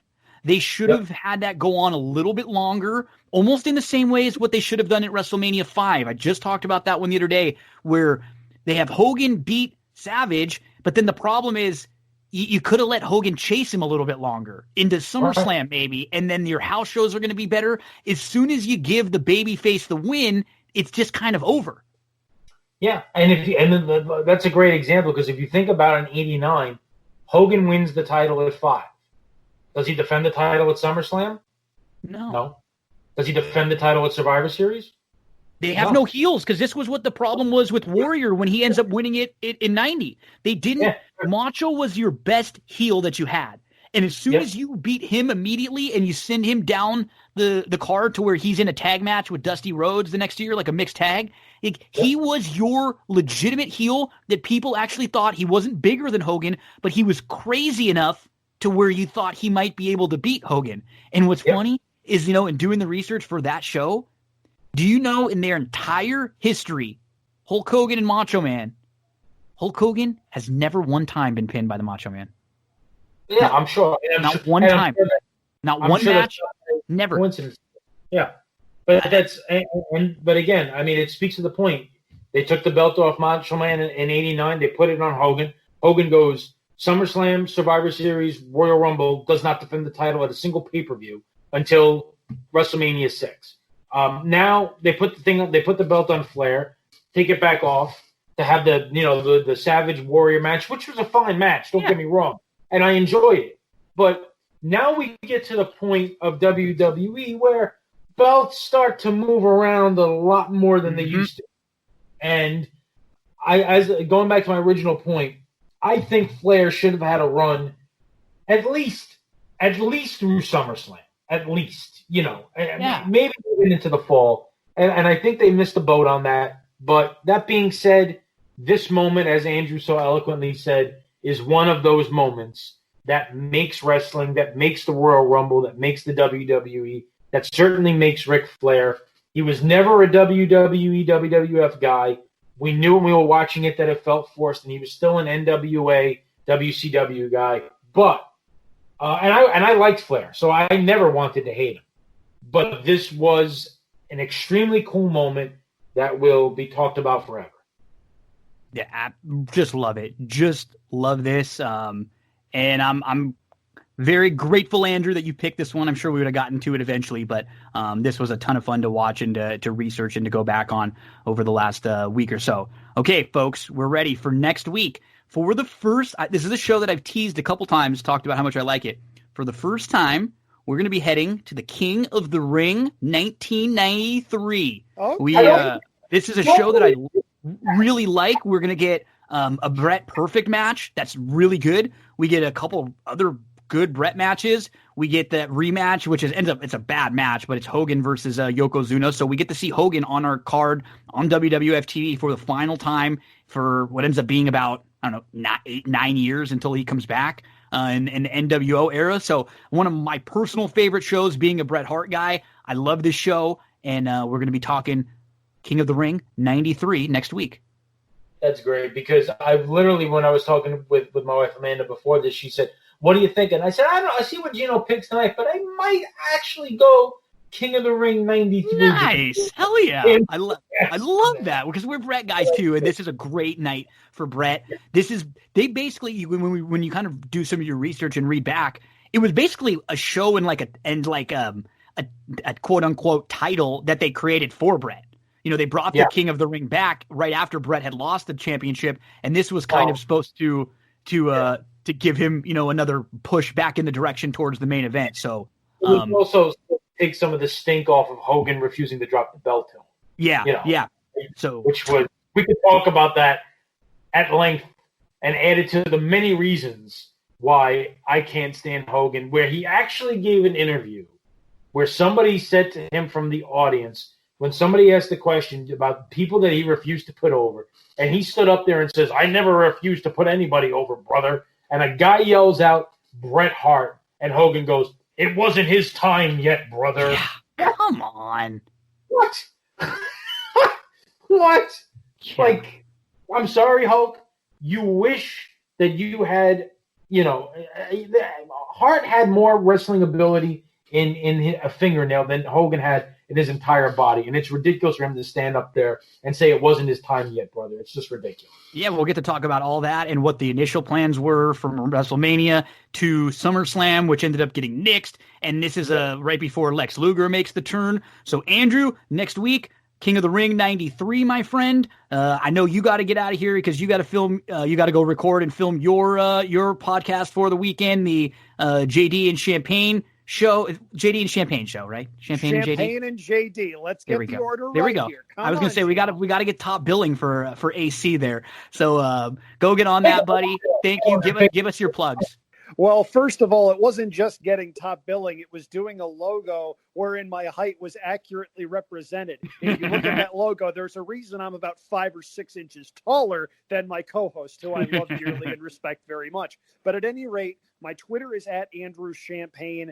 We're going to be taking a look at a whole bunch of different things on the Champagne and JD podcast. Belmont kind of blew up the world, so we're going to talk about that a little bit. There's a really good pick 4 sequence coming up on Friday night at Flemington that we're going to take a look at, and he's going to talk a little bit about the situation in Arizona, which, as usual, boggles the mind as to how it could possibly happen. But Twitter is at Andrew Champagne. Champagne and JD is the name of the podcast. It's a lot of fun. And Darin, we're going to need to have you on at some point, maybe once the Kentucky Derby gets closer on the first Saturday in May. No, wait, first Saturday in September. I'm sorry, I got smudged on my script here. But at any rate, we're going to have you on. We've already had Gino on. It's been a lot of fun. And trust me, it's going to be a lot of fun over the next couple of months, seeing how that podcast evolves. Gino, we're grateful to have had you on it, and I'm grateful to be here every week on Thursday doing this. This is so much fun. This show was so much fun. I know next week's is going to be so much fun. I might have to take it upon myself to find something to hate watch that's just actively bad, because hearing Darin have blood vessels burst whenever we talk about Hulk Hogan refusing to put people over, I got to tell you, that's another level of entertainment. Yeah. Where can we find you, DZ? Yeah, man, on Twitter at the track 7. The fun weekend coming up. The Churchill card on Saturday is really good, phenomenal. I mean, that's just going to be a great betting card. It's exciting. I'm pumped that Belmont will be back in a couple of weeks. So we're definitely going to dive into that. And other than that, I mean, that's pretty much it for me. Everybody out there, have a very happy and healthy Memorial Day weekend. Enjoy the unofficial start to summer. Be safe. Hopefully you get to barbecue and throw back a few beers and enjoy some decent weather and some pool time wherever you are. Fellas, it's the highlight of my week now. Each and every week, I always look forward to these Thursday nights where we're able to kick back for a couple hours and chat some old wrestling. So thanks again. Next week, we're going to be talking King of the Ring 1993. Folks, don't go anywhere. We're just going to take a quick break here on That's What G Said, and we will be right back. Didn't feel like there was as much happening this week on Billions, but we did move the plot a little bit. We first, start the episode and we actually see Gordy, Axe's kid. We haven't really seen the kids much, or we haven't seen his ex-wife at all ever since he split up with his ex-wife. And he's doing some kind of Bitcoin mining, and he causes he causes the electrical grids to shut down, so they lose all the power in the area. And so Axe gets a call. Gordy's in trouble. He's got to go visit Gordy at school and try to help him out. What Axe is doing when he gets this call is he is trying to grab some paintings from a new up-and-coming, well-respected artist named Nico Tanner. And he's going to be having this big show at a gallery, so Axe tries to get in there and get the paintings before the show, but guess who beat him to the punch? Oh yeah, Mike, that jackass. God, I hate Mike Prince.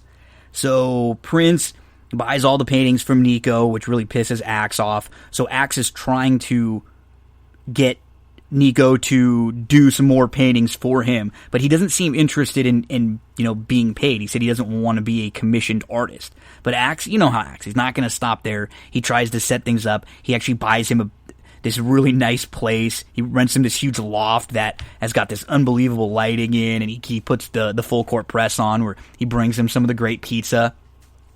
Axe is also trying to become a bank. So he speaks with Hard Bob and Todd Krakow, and he actually wants Hard Bob to work for him, but they tell him no shot, Axe, with your criminal past, your corrupt past. It's not going to work. The federal agencies are not going to become partners with you. They're not going to get in bed with you. And they think about perhaps looking at state as maybe a place that's a little bit easier than federal. So Axe gets to the school to try to help out Gordy, and he tries to buy the headmaster like always. But the headmaster, this guy cannot be bought. He wants to expel Gordy, and he wants to prove a point because he does not like Axe. You can tell right away. So he tells Axe, nothing you can offer me is going to save your son here. And Axe is just coming off like a dick. He's really, this season, they've made him look a lot more like a bad guy and seem like a bad guy. So I wonder if it's all going to be in some kind of way where he changes, or some kind of a big deal where it affects it. It feels like it's leading. He didn't seem as, I don't know, as sausagey in previous years, but it's like he's really not been a great guy this year. And they got to figure out now a way to blackmail this headmaster. So Wags and Axe's guys start looking into the headmaster. They find out that he's pretty clean. He doesn't have any real, scars, shadows, anything in his past. But they do find out that one of the donors who has been donating $1 million every year is there's 200,000 of that missing. And the headmaster is actually diverting some of that money into a scholarship for Syrian refugees that the school did not want to do. So he's actually being a legit good dude. He's trying to help out these refugees. And instead, Axe gets pictures of these refugees that are at the headmaster's house, helping him take the trash out and do things. And he kind of spins it so it looks like these people are unpaid slave labor. I mean, it's just, Axe will go through anything. And all of this inspires Wags to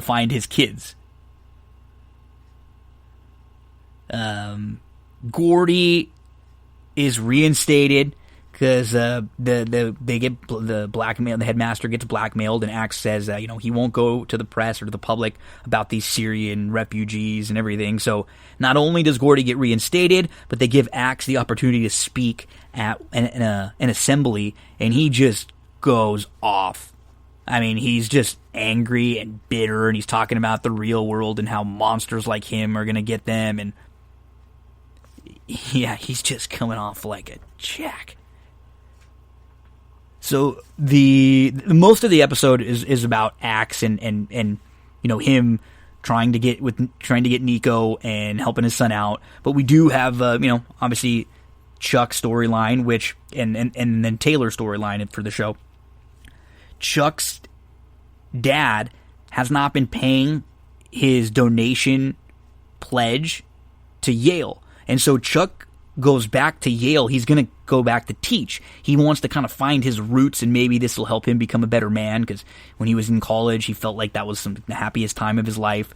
So he's back there now. He's working as a teacher, and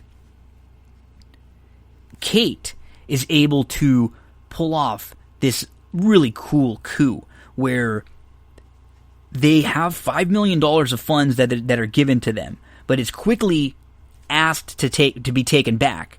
The only thing that they can do is redistribute the funds and not use them themselves. So what Kate does is she earmarks these funds and directs it to the Yale law program, where Chuck is actually going to be able to direct these funds.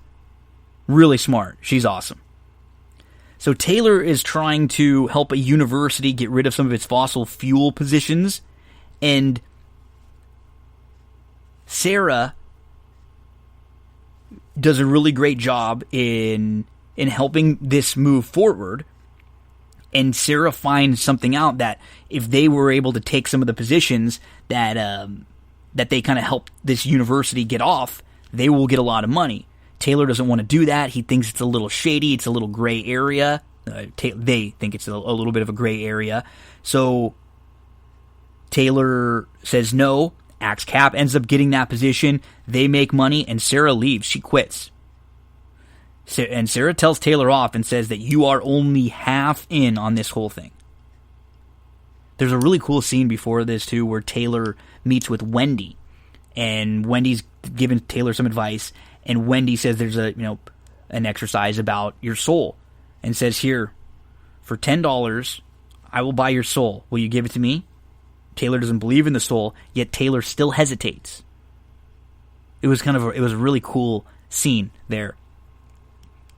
Nothing massive in this episode. Chuck asks Wendy if she and the kids will go to meet his dad's wife and baby. So Chuck's kids and Wendy go and meet up with his dad's new part of the family, his new wife, his new kid. That was episode 3 of season 5 of Billions. We'll recap episode 4 next week. Hope you enjoyed it. And that's going to do it for this episode of That's What G Said podcast. Make sure to rate, review, subscribe anywhere you can. A big thank you to this week's guest, Erik, to this episode's guest, Erik, Andrew, Darin. Tons of racing going on this weekend. That's going to be a lot of my focus. Good luck, everyone.